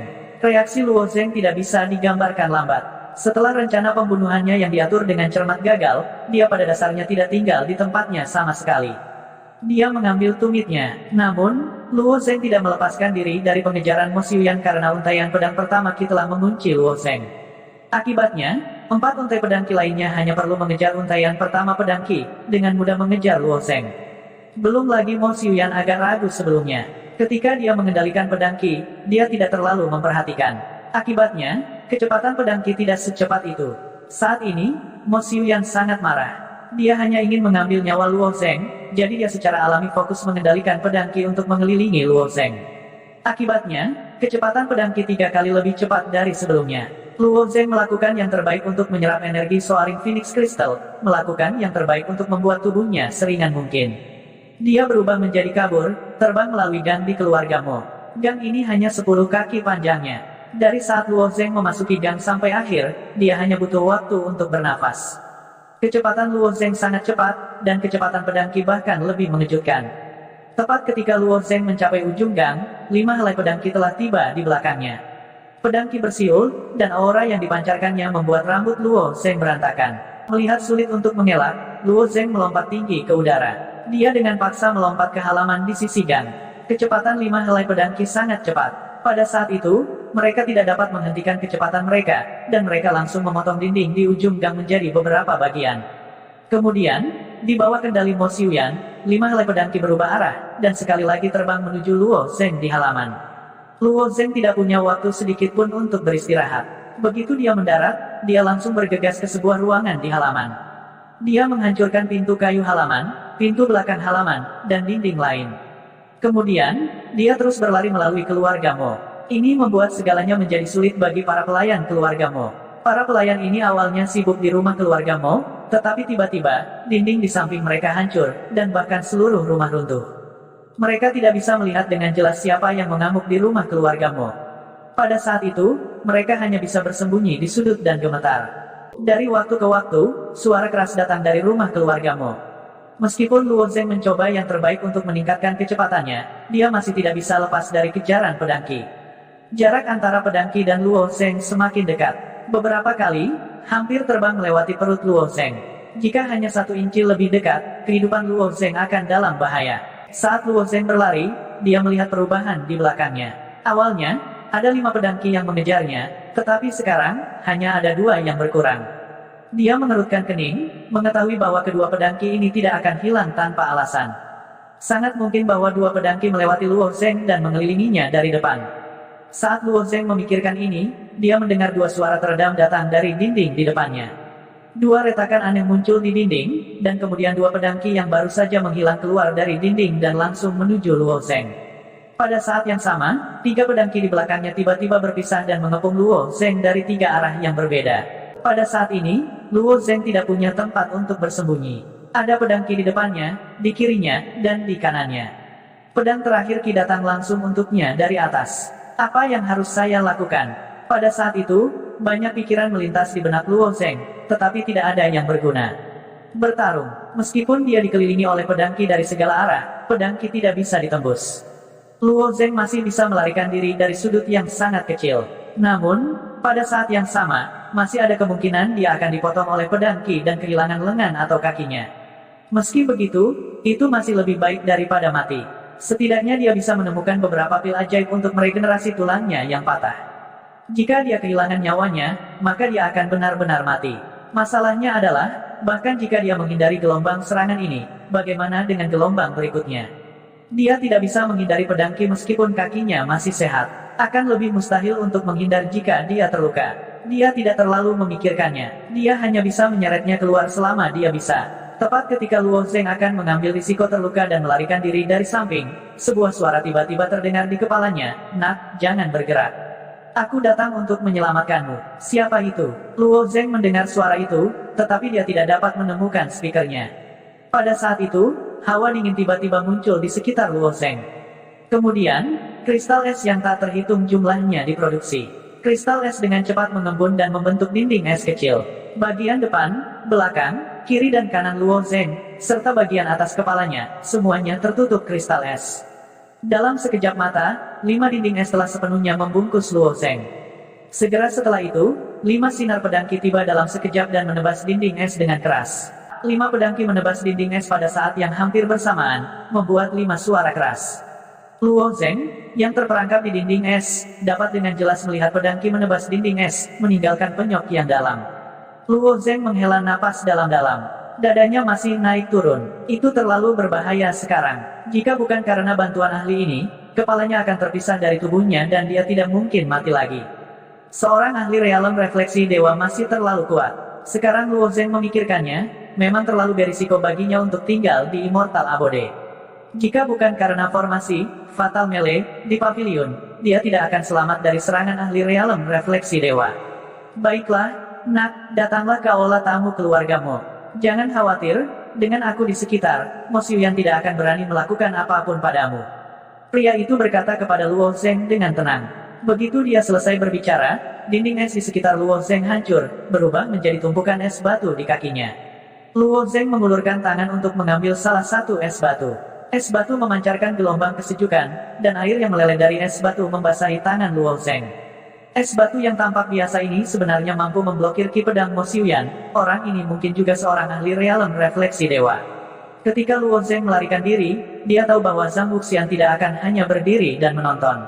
Orang ini mungkin ahli realem refleksi dewa. Yang tidak diketahui Luo Zeng adalah ketika seseorang menggunakan dinding es untuk menyelamatkan Luo Zeng, ada orang lain yang melintas di depan Mo Xiuyan dan menekan ujung pedang Mo Xiuyan.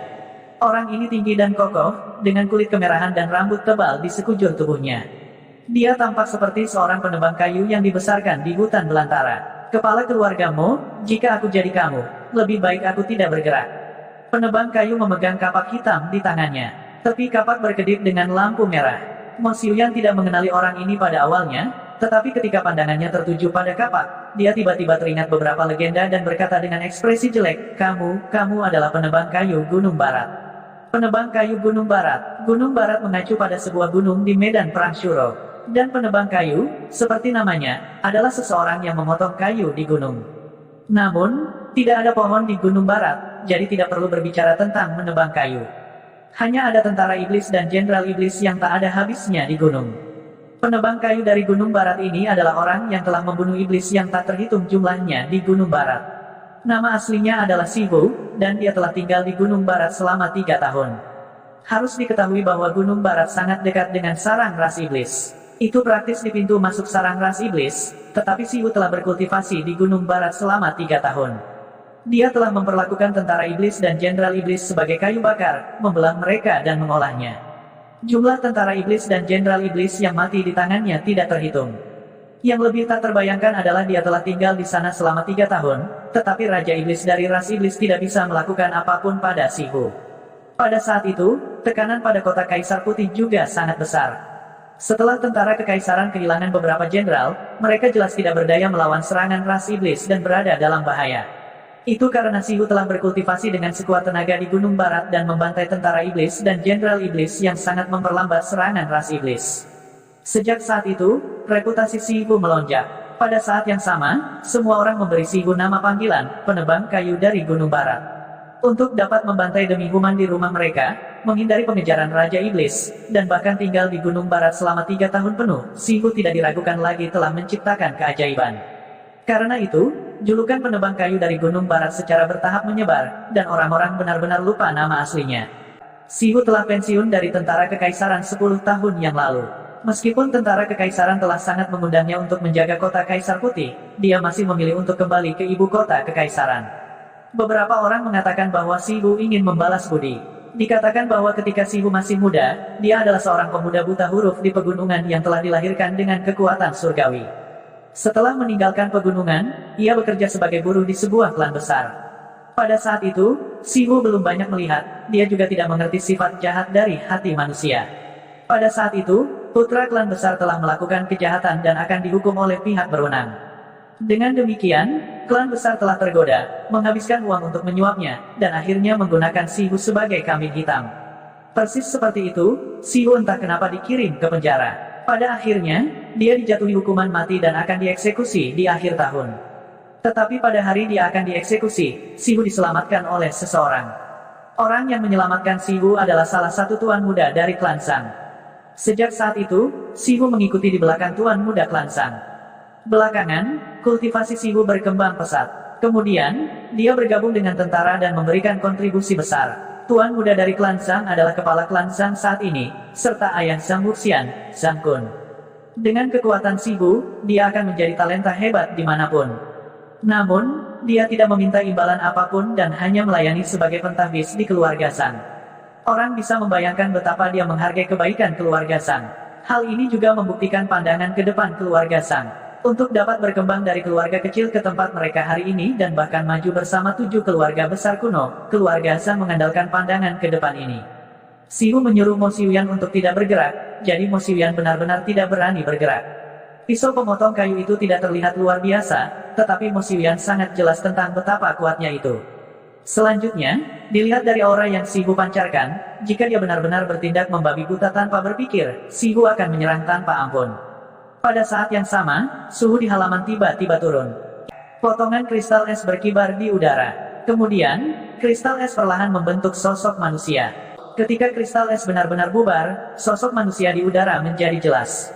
Itu sebenarnya adalah seorang pria muda dengan kepala penuh rambut putih. Melihat orang itu, tenggorokan Mo Xiuyan mengeluarkan suara menelan. Saat menyebut seseorang dengan rambut putih dan kepribadian yang dingin, mayoritas orang akan memikirkan nama Chan Qiu. Orang itu bernama Su Chan Qiu.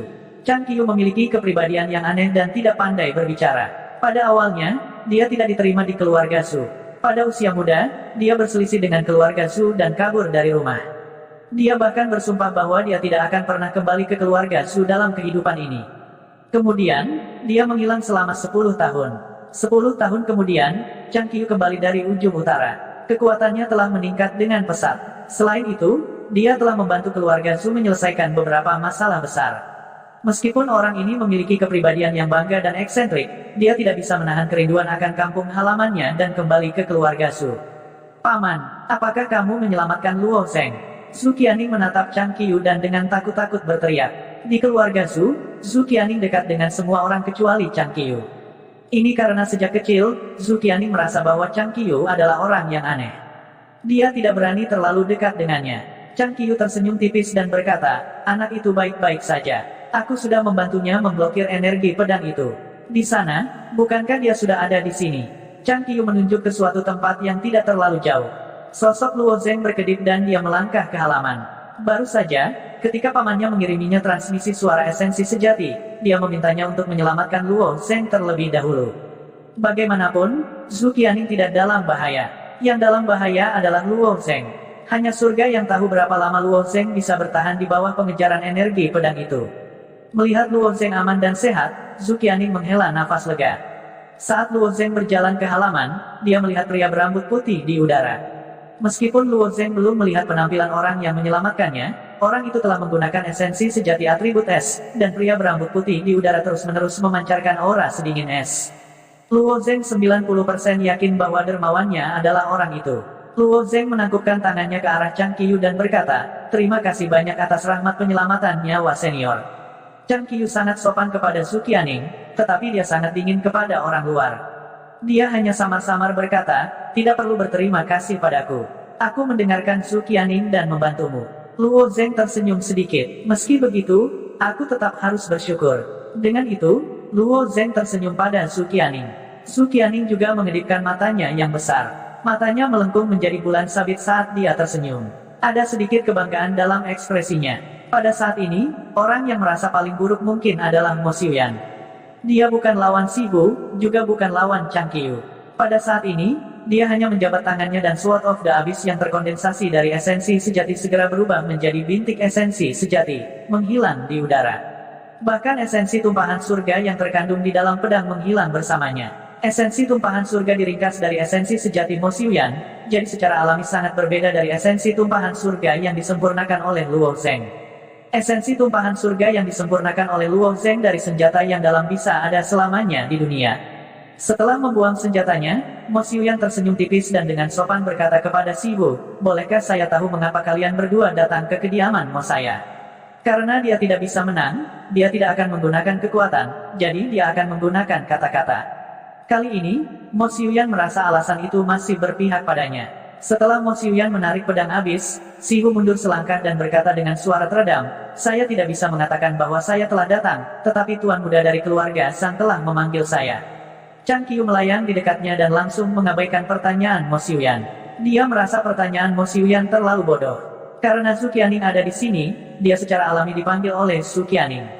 Hari ini, kediaman Mo saya mengadakan pertemuan, tetapi selama jamuan makan, ada kesalahpahaman dengan beberapa teman muda. Tidak perlu membuat keributan besar atas kesalahpahaman kecil ini. Jika saya telah menyinggung Anda dengan cara apapun, saya, Mo Xiuyan, pertama-tama akan meminta maaf. Namun, saya masih ingin mengklarifikasi sebab dan akibat. Kesalahpahaman hari ini disebabkan oleh keponakan saya, Mo Ken. Ini adalah masalah keluarga-keluarga Mo saya, dan saya telah membiarkan kalian berdua melihat lelucon. Masalah ini secara alami akan ditangani oleh saya, kepala keluarga. Mo Xiuyan berbicara dengan semangat. Dia ingin menyingkirkan orang lain. Adapun utangnya dengan Mo Ken, dia perlahan bisa melunasinya. Namun, sebelum Mo Xiuyan selesai berbicara, Luo Zeng berdiri dan memarahinya, "Apa masalah keluargamu?" "Masalah Mo Ken adalah urusanku. Jika kamu ingin mengklarifikasi sesuatu, katakan secara langsung."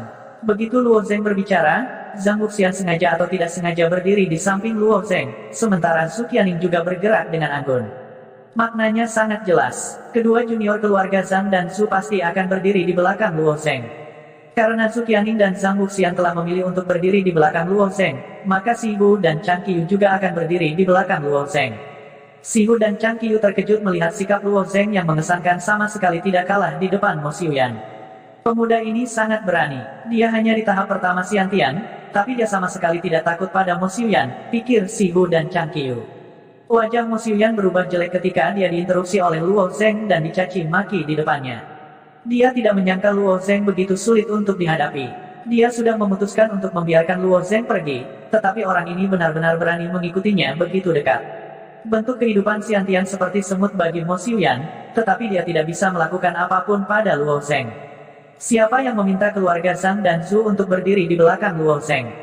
Mo Xiuyan merasa kepalanya semakin besar. Mo Xiuyan sangat tidak mau pada saat ini. Dia bahkan ingin bertarung dengan Luo Zeng. Namun, setelah dipikir-pikir, dengan Sibu dan Chang Qiyu di sini, dia takut dia tidak akan bisa mengambil nyawa Luo Zeng bahkan jika dia bertarung habis-habisan. Setelah beberapa saat, Mo Xiuyan akhirnya mengerti bahwa dia tidak punya pilihan lain, tapi untuk menundukkan kepalanya. Situasinya lebih kuat dari kepribadiannya. Mo Xiuyan menghela nafas dalam hatinya dan berkata, "Aku ingin tahu apa yang ingin diklarifikasi oleh teman muda ini." Nada bicara Mo Xiuyan dipenuhi dengan keengganan, tapi dia tidak berani bertindak gegabah. Dia benar-benar harus menundukkan kepalanya. Seorang ahli ranah dewa tercermin menundukkan kepalanya ke bentuk kehidupan Xiantian. Wajah Mo Yu sudah berubah pucat pasi. Adapun murid-murid dalam yang dibawa kembali oleh Mo Yu, ekspresi mereka sangat jelek. Orang yang dibawa kembali oleh Moken dapat dengan mudah mengundang konsekrator patriark, dan seorang ahli alam dewa tercermin pada saat itu. Bagaimana bisa Mo Yu merasa senang tentang ini? Luo Zeng terkekeh dan berbalik untuk meraih bahu Moken, memberinya dorongan ringan. Adapun bagaimana mengklarifikasi masalah ini, kamu harus bertanya pada Moken. Kepemilikan koneksi surgawi Mo Xiuyan sedikit menyusut saat dia melihat Moken yang biasa-biasa saja. Kinerja Moken dalam keluarga selalu lemah. Kesan yang dia berikan kepada orang lain adalah dia bisa diintimidasi sesuka hatinya. Bahkan jika seorang pelayan menegur Moken, Moken akan tetap tersenyum. Di keluarga Mo, dia tidak memiliki status untuk dibicarakan. Mo Xiuyan tidak pernah berpikir bahwa akan ada hari ketika dia harus melihat wajah Moken. Tetapi pada saat ini, Mo Xiuyan tidak punya pilihan selain berbicara. Bisa, apa yang kamu inginkan? Moken sangat gugup. Dia mengangkat kepalanya dan melihat sekeliling. Melihat semua orang menatapnya, ekspresinya menjadi sangat tidak wajar.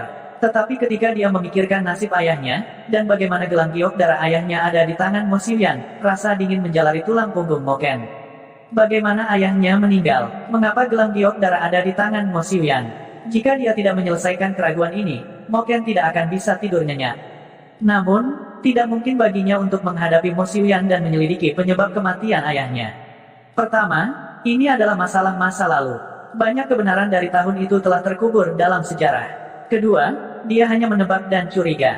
Menginginkan Mo Xiuyan untuk secara pribadi mengatakan yang sebenarnya sama sulitnya dengan naik ke surga. Setelah berpikir sejenak, Moken berkata, aku tidak menginginkan apapun. Aku hanya ingin gelang giok darah yang ditinggalkan ayahku. Mendengar kondisi Moken, Mo Xiuyan menghela nafas lega. Jika itu hanya gelang giok darah, itu tidak akan menjadi masalah yang sulit. Jadi, Mo Xiuyan mengangguk. Gelang giok darah ini adalah barang pribadi ayahmu. Karena kamu menginginkannya, aku bisa memberikannya kepadamu. Setelah mengatakan itu, Mo Xiuyan membalik tangannya dan kotak brokat berisi gelang giok darah muncul di tangannya. Dia dengan lembut mendorong kotak brokat itu dan itu melayang di depan Moken.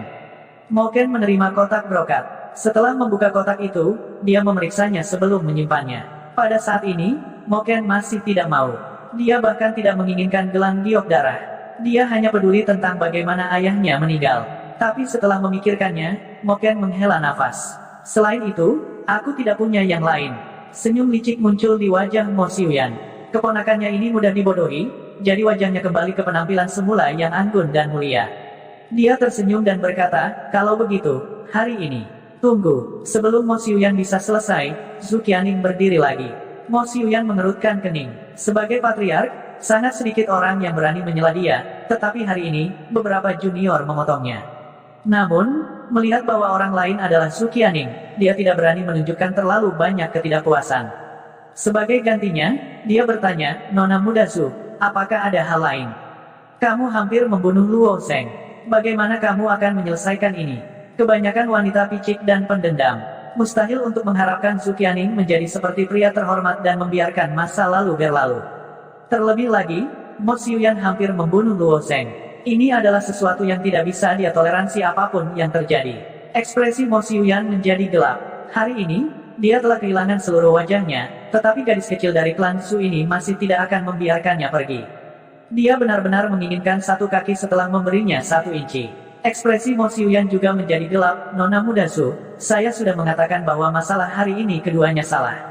Ini dapat dianggap sebagai kesalahpahaman. Jika Anda merasa saya berlebihan, mohon maafkan saya. Zhu Qianing mencibir, sebelumnya, saya menyarankan Anda untuk tidak bergerak, tetapi Anda tidak harus memaafkan saya. Jika Paman Chang Qiyu tidak ada di sini, maukah Anda memaafkan saya? Mungkinkah Nona muda Zhu bertekad untuk tidak membiarkan masalah ini pergi? Mo Xiuyan tidak punya tempat untuk mundur, jadi dia membalas dengan ekspresi muram. Tentu saja, ekspresi Zhu Qianing seolah-olah itu adalah hal yang biasa. Kamu terlalu jauh. Mo Xiuyan akhirnya tidak tahan lagi. Setiap orang memiliki batasnya. Mo Xiuyan telah bertahan sampai sekarang dan telah kehilangan seluruh wajahnya sebagai kepala keluarga. Namun, dia tidak bisa membiarkan dirinya ditekan oleh seorang junior. Di bawah tekanan Zhu Qianing, dia tidak bisa mentolerirnya apapun yang terjadi. Pada saat ini, Chang Qiyu, yang berada di udara, mengungkapkan senyum feminin, karena Qianing tidak senang, saya secara alami harus membelanya. Qianing, katakan padaku, apa yang kamu ingin aku lakukan? Sudut mulut Zhu Qianing sedikit melengkung. Saat dia akan meminta Chang Qiyu untuk memberi pelajaran pada Mo Xiuyan, Mo Yun, yang berada di sebelahnya, menarik lengan bajunya.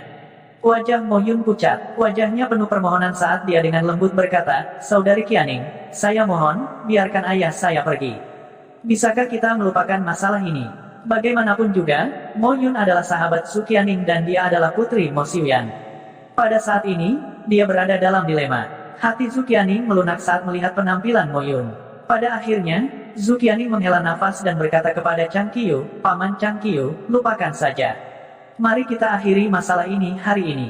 Chang Qiyu dan Mo Xiuyan tidak memiliki dendam. Karena Su Qianing berkata demikian, dia tidak keberatan. Dia hanya mengungkapkan senyum aneh ke arah Mo Xiuyan. Segera, kristal es yang berkilau dan tembus cahaya mulai muncul dari tubuhnya, benar-benar membungkusnya saat dia terbang keluar. Karena Mo Ken telah mendapatkan gelang giok darah ayahnya, tidak perlu lagi tinggal di klan Mo. Dia berkata kepada Luo Zheng, "Saudara Luo Zheng, mari kita pergi juga." Luo Zheng mengangguk. Kemudian dia memanggil Zhang Wuxian, Zhou Xian, dan yang lainnya untuk bersiap pergi. Adapun Zhang Wuxian, dia berkomunikasi dengan Si Hu sebentar, dan baru kemudian Si Hu mengangkat bagian belakang dengan pisau pemotongnya. Yang terakhir pergi adalah Su Qianing. Dia ingin memberi pelajaran pada ayah Mo Yun, tapi sekarang dia pergi untuk menghibur Mo Yun. Dia memelototi Mo Xiuyan seolah berkata, "Jika bukan karena putrimu, kamu akan mati hari ini." Kemudian, dia mengikuti di belakang dan berteriak dengan tidak puas, "Tunggu aku." Setelah Luo Zheng dan yang lainnya pergi, Mo Xiuyan menghela nafas panjang. Dia melambaikan tangannya dan kursi di sampingnya secara otomatis bergerak. Kemudian, dia berbaring dengan berat di kursi berlengan seolah-olah dia lumpuh. Sejak dia menjadi kepala klan Mo, dia tidak pernah menderita kerugian sebesar itu. Anggota klan Mo lainnya diam. Mereka semua tahu bahwa Mo Xiuyan sangat marah. Siapapun yang naik untuk berbicara dengannya pasti akan menjadi sasaran kemarahannya. Namun, Mo Yu adalah putranya, jadi dia tidak perlu takut. Dia melangkah maju dan bertanya pada Mo Xiuyan, "Ayah, apakah kita akan membiarkan masalah ini berlalu begitu saja?" Mo Xiuyan menghela nafas dan bertanya, "Jika kita tidak membiarkan masalah ini berlalu, apa lagi yang bisa kita lakukan? Apa hak klan Mo untuk melawan klan Zhang dan Zhu? Mereka bahkan tidak layak untuk membawa sepatu mereka. Mereka bahkan tidak memenuhi syarat untuk menjadi lawan mereka." Mo Yu menggertakkan giginya, matanya merah, dan dia seperti binatang buas yang terperangkap. Dia memikirkannya berulang kali. Ketika dia menyadari bahwa akar masalahnya adalah Mo Ken, dia bersumpah dalam hatinya bahwa dia pasti akan membalas dendam. Dia pasti akan membuat Mo Ken menyesal pernah dilahirkan ke dunia ini. Adapun Luo Zheng, yang telah mengalahkannya, dia tidak bisa mengandalkannya untuk membalas dendam. Dia tahu bahwa dia dan Luo Zheng tidak berada di level yang sama. Bahkan ayahnya tidak bisa melakukan apapun pada bocah itu, jadi dia bahkan lebih tidak berdaya. Pada saat ini, seorang pengurus rumah tangga dari Mo Residence buru-buru berlari. Pramugara tampaknya memiliki sesuatu untuk dilaporkan, tetapi anggota lain dari klan Mo menatapnya, menunjukkan bahwa mereka tidak boleh mengganggu Mo Xiuyan saat ini. Jika dia mengganggu patriark saat ini, dia akan mencari kematian. Namun, pelayan itu sepertinya memiliki sesuatu yang penting untuk dilaporkan, jadi dia ragu-ragu sejenak. Wajahnya penuh kecemasan saat dia mondar-mandir. Ini terlihat oleh Mo Yu, yang berjalan keluar dan bertanya kepada pramugara, "Apa yang harus Anda laporkan?" Ekspresi pelayan berubah jelek ketika dia melihat Mo Yu. Kemudian, dia berkata, "Baru saja, saya pergi ke klan untuk menyelidiki." Bocah itu menghancurkan 336 halaman klan. Ekspresi Mo Yu berubah. Mo Yu telah menduga bahwa kerugian klan akan menjadi bencana setelah mendengar suara tabrakan yang keras. Ada total 561 tempat tinggal di klan Mo. Meskipun tidak sulit untuk memperbaikinya, semua rumah tangga pemilik tanah sangat mementingkan warisan. Sebagian besar tempat tinggal ini telah diturunkan oleh nenek moyang klan Mo. Tidak ada yang menyangka bahwa pertempuran ini akan menghancurkan lebih dari 300 tempat tinggal, yang hampir setengahnya. Ini adalah kerugian tak berwujud untuk klan Mo. Mendengar laporan pramugara, kebencian Mo Yu meningkat. Dia melihat ke gerbang utama klan Mo, yang merupakan arah yang ditinggalkan Mo Ken. "Mo Ken, aku pasti akan membunuhmu dengan tanganku sendiri." Mo Ken secara alami tidak bisa mendengar kata-kata Mo Yu. Meskipun dia telah mendapatkan gelang giok darah, dia masih merasa sangat sedih. Dia biasanya sangat optimis, tetapi sekarang, dia berjalan di depan dengan ekspresi tertekan di wajahnya. Zhang Wuxian dan Zhou Xian melihat ekspresi Mo Ken dan bertukar pandang. Pada saat ini, mereka tidak memiliki cara yang lebih baik untuk membujuk Mo Ken. Lagi pula, kemungkinan besar ayahnya telah meninggal dengan cara yang salah, dan kemungkinan besar dia telah dibunuh oleh paman ketiga Moken. Moken mungkin tidak akan pernah kembali ke kediaman klan Mo di masa depan. Dibandingkan dengan Zhang Wuxian dan Zhou Xian, perasaan semacam ini tidak sedalam ini. Satu-satunya orang di sini yang pernah mengalami perasaan ini adalah Moken dan Luo Zheng. Pengalaman Luo Zheng sangat mirip dengan Moken. Ayahnya, Luo Xiao, telah dibunuh oleh paman kedua dan paman ketiga. Pengalaman Luo Zheng bahkan lebih buruk daripada Moken. Dia telah diturunkan pangkatnya menjadi seorang pelayan dan telah diintimidasi dan dipermalukan di klan, hampir membayar harganya dengan nyawanya. Luo Zheng tiba-tiba melangkah maju dan menepuk bahu Moken, berkata, Moken, apakah kamu ingin mengetahui kebenaran dan membalas dendam ayahmu? Moken mengangkat bahu dan mengangguk, ya, tapi aku tidak bisa melakukannya. Tidak bisa melakukannya. Wajah Luo Zheng mengungkapkan jejak ejekan, jika Anda tidak bisa melakukannya, mengapa repot-repot hidup di dunia ini? Mengapa Anda tidak melompat saja ke sungai air emas dan menenggelamkan diri Anda sendiri? Pada saat ini, kelompok itu sedang berjalan oleh sebuah sungai. Sungai ini disebut Sungai Air Emas, dan merupakan sungai terbesar di pusat kota ibu kota kekaisaran. Sungai air emas berkilau, dan di bawah naungan matahari terbenam, itu memantulkan cahaya keemasan yang tidak teratur, seolah-olah seluruh sungai dilapisi dengan lapisan emas. Moken memandang sungai air emas, matanya dipenuhi kekecewaan, itu benar. Ayah saya meninggal secara tidak adil, dan saya tidak hanya tidak dapat menyelidiki kebenaran, bahkan jika saya tahu yang sebenarnya, saya tidak dapat membalaskan dendamnya dengan milik saya sendiri. Setiap tahun, ratusan orang tenggelam di sungai air emas ini, dan saya tidak takut dengan satu mayat mengambang lagi. Ketika Zhang Wuxian dan Zhou Xian mendengar kata-kata Luo Zheng, ekspresi aneh muncul di wajah mereka. Siapa yang akan menghibur seseorang seperti ini? Bukankah Luo Zheng menasihati Moken untuk bunuh diri? Namun, Luo Zheng tidak melakukan apapun yang dia tidak yakini. Agaknya, dia memiliki metode dan pemikirannya sendiri, jadi keduanya tidak menyela dan menunggu untuk melihat apa yang akan terjadi. Jika Moken benar-benar ingin bunuh diri dengan melompat ke sungai, mereka tentu tidak akan mengizinkannya. Pada saat ini, Luo Zheng tersenyum dan berkata, saya pikir Anda pengecut. Saya tidak berharap Anda begitu berani. Moken menatap Luo Zheng dengan ekspresi bingung dan berkata, berani. Bagaimana aku bisa berani? Jika kamu bahkan tidak takut mati, apa yang kamu takutkan? Apa yang kamu takutkan? Jika kamu menghadapi Mo Xiuyan itu secara langsung, yang paling bisa dia lakukan adalah membunuhmu dengan pedangnya. Apalagi yang bisa dia lakukan? Balas Luo Zheng. Jika Anda bahkan tidak takut mati, maka Anda sebaiknya bermain dengan hidup Anda. Jika Anda memiliki kekuatan di masa depan, pergilah dan mintalah nasihat Mo Xiuyan, apa yang bisa dia lakukan. Lakukan padamu, karena kamu tidak peduli dengan hidup dan mati, mengapa kamu tidak bertaruh dengan hidupmu? Mendengar kata-kata Luo Zheng, jantung Moken tiba-tiba berdebar kencang. Temperamen Moken lembut dan pasrah pada kesulitan, tetapi dia masih memiliki kegigihan di hatinya. Kalau tidak, hanya mengandalkan bantuan Luo Zheng, dia tidak akan bisa masuk ke Sekte Awan Biru. Apa yang Luo Zheng katakan masuk akal. Hidup itu pahit. Jika dia mati seperti ini, akan sulit untuk menghindari penyesalan. Lebih baik memberikan segalanya dan bertaruh. Jadi bagaimana jika dia gagal pada akhirnya? Dalam skenario terburuk, dia akan mati. Moken mengikuti alur pemikiran Luo Zheng. Seolah-olah pada saat ini, sebuah pintu baru telah terbuka untuknya. Moken tidak meminta banyak dari dunia ini. Bahkan jika dia diterima di Sekte Awan Biru, dia belum tentu rajin dalam kultivasinya.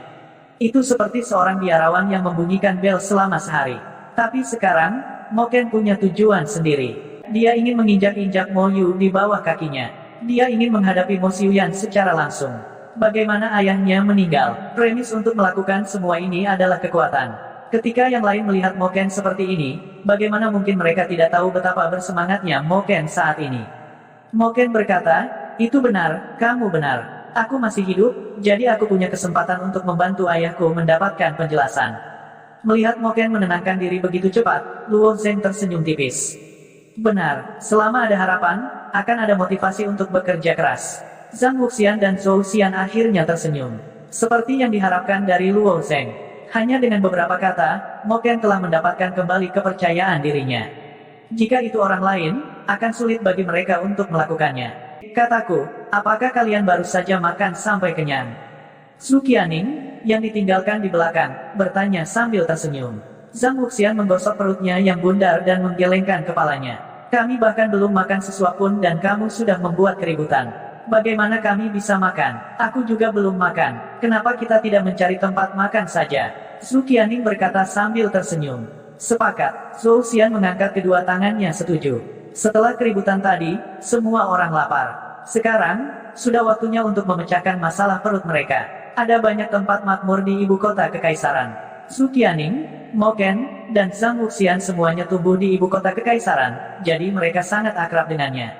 Segera, mereka memutuskan restoran yang dihormati waktu dan semua orang langsung pergi ke sana. Selama makan ini, Mo Ken minum banyak anggur. Namun, dia tidak seperti para pemabuk yang semakin mabuk semakin banyak mereka minum. Sebaliknya, semakin dia minum, semakin bersemangat dia. Meskipun semua orang tinggal di Small Rain Peak, tidak banyak kesempatan bagi mereka untuk berkumpul dan makan bersama. Malam itu, 1000 cangkir anggur tidak cukup. Beberapa anak muda hanya mengakhiri makan sangat terlambat. Saat mereka berpisah, wajah Zhu Qianing sudah memerah. Rambut hitamnya mengalir ke bawah seperti air terjun, dan dahinya melengkung menjadi gumpalan kecil. Pada saat ini, dia tampak secantik peri dalam lukisan. Selama makhluk hidup Xiantian dengan sengaja mengendalikan diri, akan sulit bagi mereka untuk mabuk kecuali mereka melepaskan perlawanan mereka terhadap alkohol. Mungkin karena dia senang bertemu Luo Zheng, tetapi Zhu Qianing sudah sedikit mabuk. Dua saudara perempuan yang datang bersama Zhu Qianing saat ini sedang mengobrol dengan Mo Ken dan Zhou Xian. Pada saat ini, hanya Zhu Qianing dan Luo Zheng yang berjalan berdampingan. Meskipun sudah melewati periode jaga malam pertama, malam baru saja dimulai di ibu kota kekaisaran. Ketika Luo Zheng melihat penampilan menawan Zhu Qianing, hatinya sedikit bergetar, dan dia juga merasa sedikit gelisah. Kamu masih belum menjawabku. Kenapa kamu tidak datang dan bermain denganku? Mengingat status Zhu Qianing sebagai wanita muda dari keluarga bangsawan, mengucapkan kata-kata seperti itu saat ini jelas tidak sejalan dengan statusnya. Hanya saja Zhu Qianing senang hari ini dan sengaja membiarkan dirinya sedikit mabuk. Sebelumnya, Zhu Qianing telah bertanya kepada Luo Zheng tentang hal itu, tetapi dia tidak menjawab langsung di kediamanmu.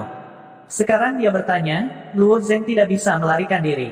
Setelah memikirkannya, Luo Zheng sebenarnya tidak bisa memikirkan alasan yang cocok. Dia hanya bisa berkata, aku sedikit sibuk, jadi aku lupa.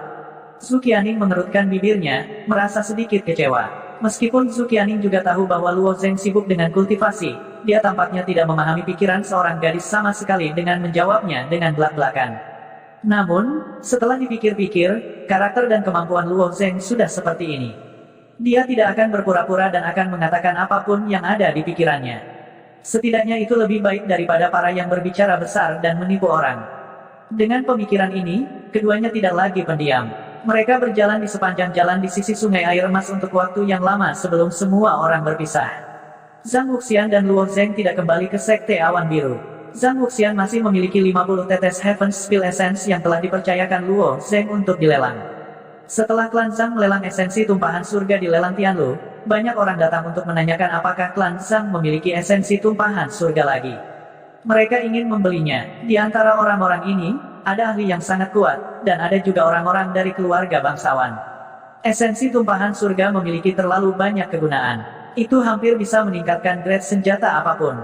Memiliki senjata tingkat tinggi adalah pengejaran seumur hidup dari seorang seniman bela diri, dan tidak ada yang akan mengabaikannya. Namun, setelah senjata ditempa, hampir tidak mungkin untuk meningkatkan nilainya. Satu-satunya cara untuk melakukannya adalah dengan reforge itu. Namun, memperbaikinya hampir setara dengan memperbaiki senjata baru. Oleh karena itu, semua orang hanya bisa menggantungkan harapan mereka pada esensi tumpahan surga. Sayangnya, jumlahnya terlalu sedikit. Ketika banyak orang mendengar bahwa 50 tetes esensi tumpahan surga telah dimenangkan oleh Patua Huang dari keluarga Naga Langit Huang hanya dengan 120.000 kristal kubik, mereka semua menyesalinya. Mereka tidak berpartisipasi dalam pelelangan di rumah lelang Tianlu. Jika mereka ada di sana, harga 50 tetes Heaven's Spill Essence akan jauh lebih tinggi. Karena Luo Zheng juga telah mempercayakan 50 tetes Heaven's Spill Essence kepadanya, Zhang Wuxian secara alami harus melakukan pekerjaan yang baik untuk mempromosikannya. Begitulah cara kerja lelang. Semakin banyak orang kaya berpartisipasi dalam pelelangan, semakin tinggi harganya. Karena itu, ketika Zhang Wuxian kembali ke rumah lelang Tianlu, dia menyibukkan diri dengan masalah ini. Meskipun keluarga Zhang tidak memuji kemampuan tempur murid-murid mereka, mereka memiliki persyaratan tinggi untuk bakat mereka dalam bisnis. Sejak usia 10 tahun, keluarga Zhang akan membuat buku rekening untuk setiap murid. Buku rekening ini mencatat uang yang para murid telah membantu keluarga Zhang dapatkan. Dalam buku akun ini, Zhang Wuxian selalu berada di peringkat keempat. 3 teratas adalah semua murid elit keluarga Zhang. Salah satunya adalah kakak laki-laki Zhang Wuxian, Zhang Wuji. Sebelumnya, ketika Luo Zheng mempercayakan Zhang Wuxian untuk melelang Fire Scorpion Crystal Core, dia telah membantu Zhang Wuxian menulis 1 baris di buku akunnya. Awalnya, Zhang Wuxian jauh dari tempat ketiga. Namun, karena keuntungan besar dari Fire Scorpion Crystal Core, Zhang Wuxian telah meningkat pesat. Sekarang, dia hanya berjarak sedikit dari tempat ketiga. Jika dia melelang esensi tumpahan surga kali ini, dia pasti akan mencapai 3 besar. Yang membuat Zhang Wuxian semakin bersemangat adalah bahwa Luo Zheng tidak hanya memiliki sedikit esensi tumpahan surga ini, tetapi dia juga dapat memberikannya kepada Zhang Wuxian dengan mantap. Bahkan rumah lelang Tianlu tidak memiliki barang yang bernilai ratusan ribu esensi tumpahan surga. Jika itu benar-benar seperti yang dikatakan Luo Zheng, dan dia bisa memberikan Heaven Spill Essence dengan mantap, maka Zhang Wuxian akan memiliki kesempatan untuk melampaui tempat kedua dan bahkan mengambil tempat pertama. Apakah itu bisnis atau budidaya? Zhang Wuxian adalah tipe orang yang menolak untuk mengakui kekalahan. Namun, Zhang Wuxian tidak seberbakat kakak laki-lakinya, Zhang Wuji. Hampir tidak mungkin baginya untuk melampaui Zhang Wuji dalam hal seni bela diri. Namun, jika dia bisa melampaui kakak laki-lakinya dalam hal bisnis, itu sudah cukup untuk membuat Zhang Wuxian bangga. Luo Zheng tidak peduli berapa banyak Zhang Wuxian bisa menjual esensi tumpahan surga. Dia percaya bahwa dengan bantuan profesional keluarga Zhang, itu hanya akan melebihi harapannya. Terlebih lagi, selama Luo Zheng memiliki api hitam, dia akan memiliki persediaan Heaven Spill Essence yang tak ada habisnya. Mampu memisahkannya menjadi Heaven Spill Essence ditakdirkan untuk menjadi bisnis yang menguntungkan. Dalam konfrontasinya dengan Mo Xiuyan kemarin, Luo Zheng telah mengungkapkan kesalahan yang cukup besar. Ketika Luo Zheng menghadapi serangan yang tidak bisa dia tangani dengan Sky Demon True Essence, dia tidak akan berdaya. Kemarin, dia dikejar oleh pedang Qi Mo Xiuyan, dan alasan utamanya adalah dia tidak berdaya melawannya. Meskipun Luo Zheng tahu bahwa bahkan jika dia bisa mengatasinya, Mo Xiuyan mungkin masih memiliki beberapa gerakan kuat yang tidak bisa dia tangani. Lagi pula, Luo Zheng bahkan tidak bisa dianggap mampu melawan ahli penerangan dewa selama bertahun-tahun. Jika Luo Zheng memiliki senjata di tangannya, situasinya kemungkinan besar akan jauh lebih baik. Kekerasan tubuh Luo Zheng saat ini setara dengan senjata spiritual tingkat menengah. Senjata biasa tidak akan bisa melukainya, tetapi jika dia menemukan senjata spiritual tingkat tinggi atau senjata abadi, akan sulit baginya untuk menghadapinya. Meskipun pisau terbang yang patah di tangannya selalu menjadi kartu trufnya, bagaimanapun juga, itu tetaplah pisau terbang, dan hanya bisa digunakan untuk serangan diam-diam. Tidak terlalu realistis untuk mengandalkan pisau terbang yang patah untuk melawan seseorang secara langsung. Yang terpenting, kompetisi All Peak akan segera diadakan. Kompetisi All Peak akan mengumpulkan semua murid elit dari Sekte Awan Biru, dan di antara mereka, tidak ada kekurangan orang luar biasa dengan kekuatan luar biasa. Luo Zheng sendiri juga sangat mementingkan kompetisi All Peak, jadi kali ini, dia harus bersiap dengan baik. Untungnya, kompetisi All Peak adalah setelah tahun baru, jadi dia punya cukup waktu untuk bersiap. Senjata konvensional adalah pedang dan pedang.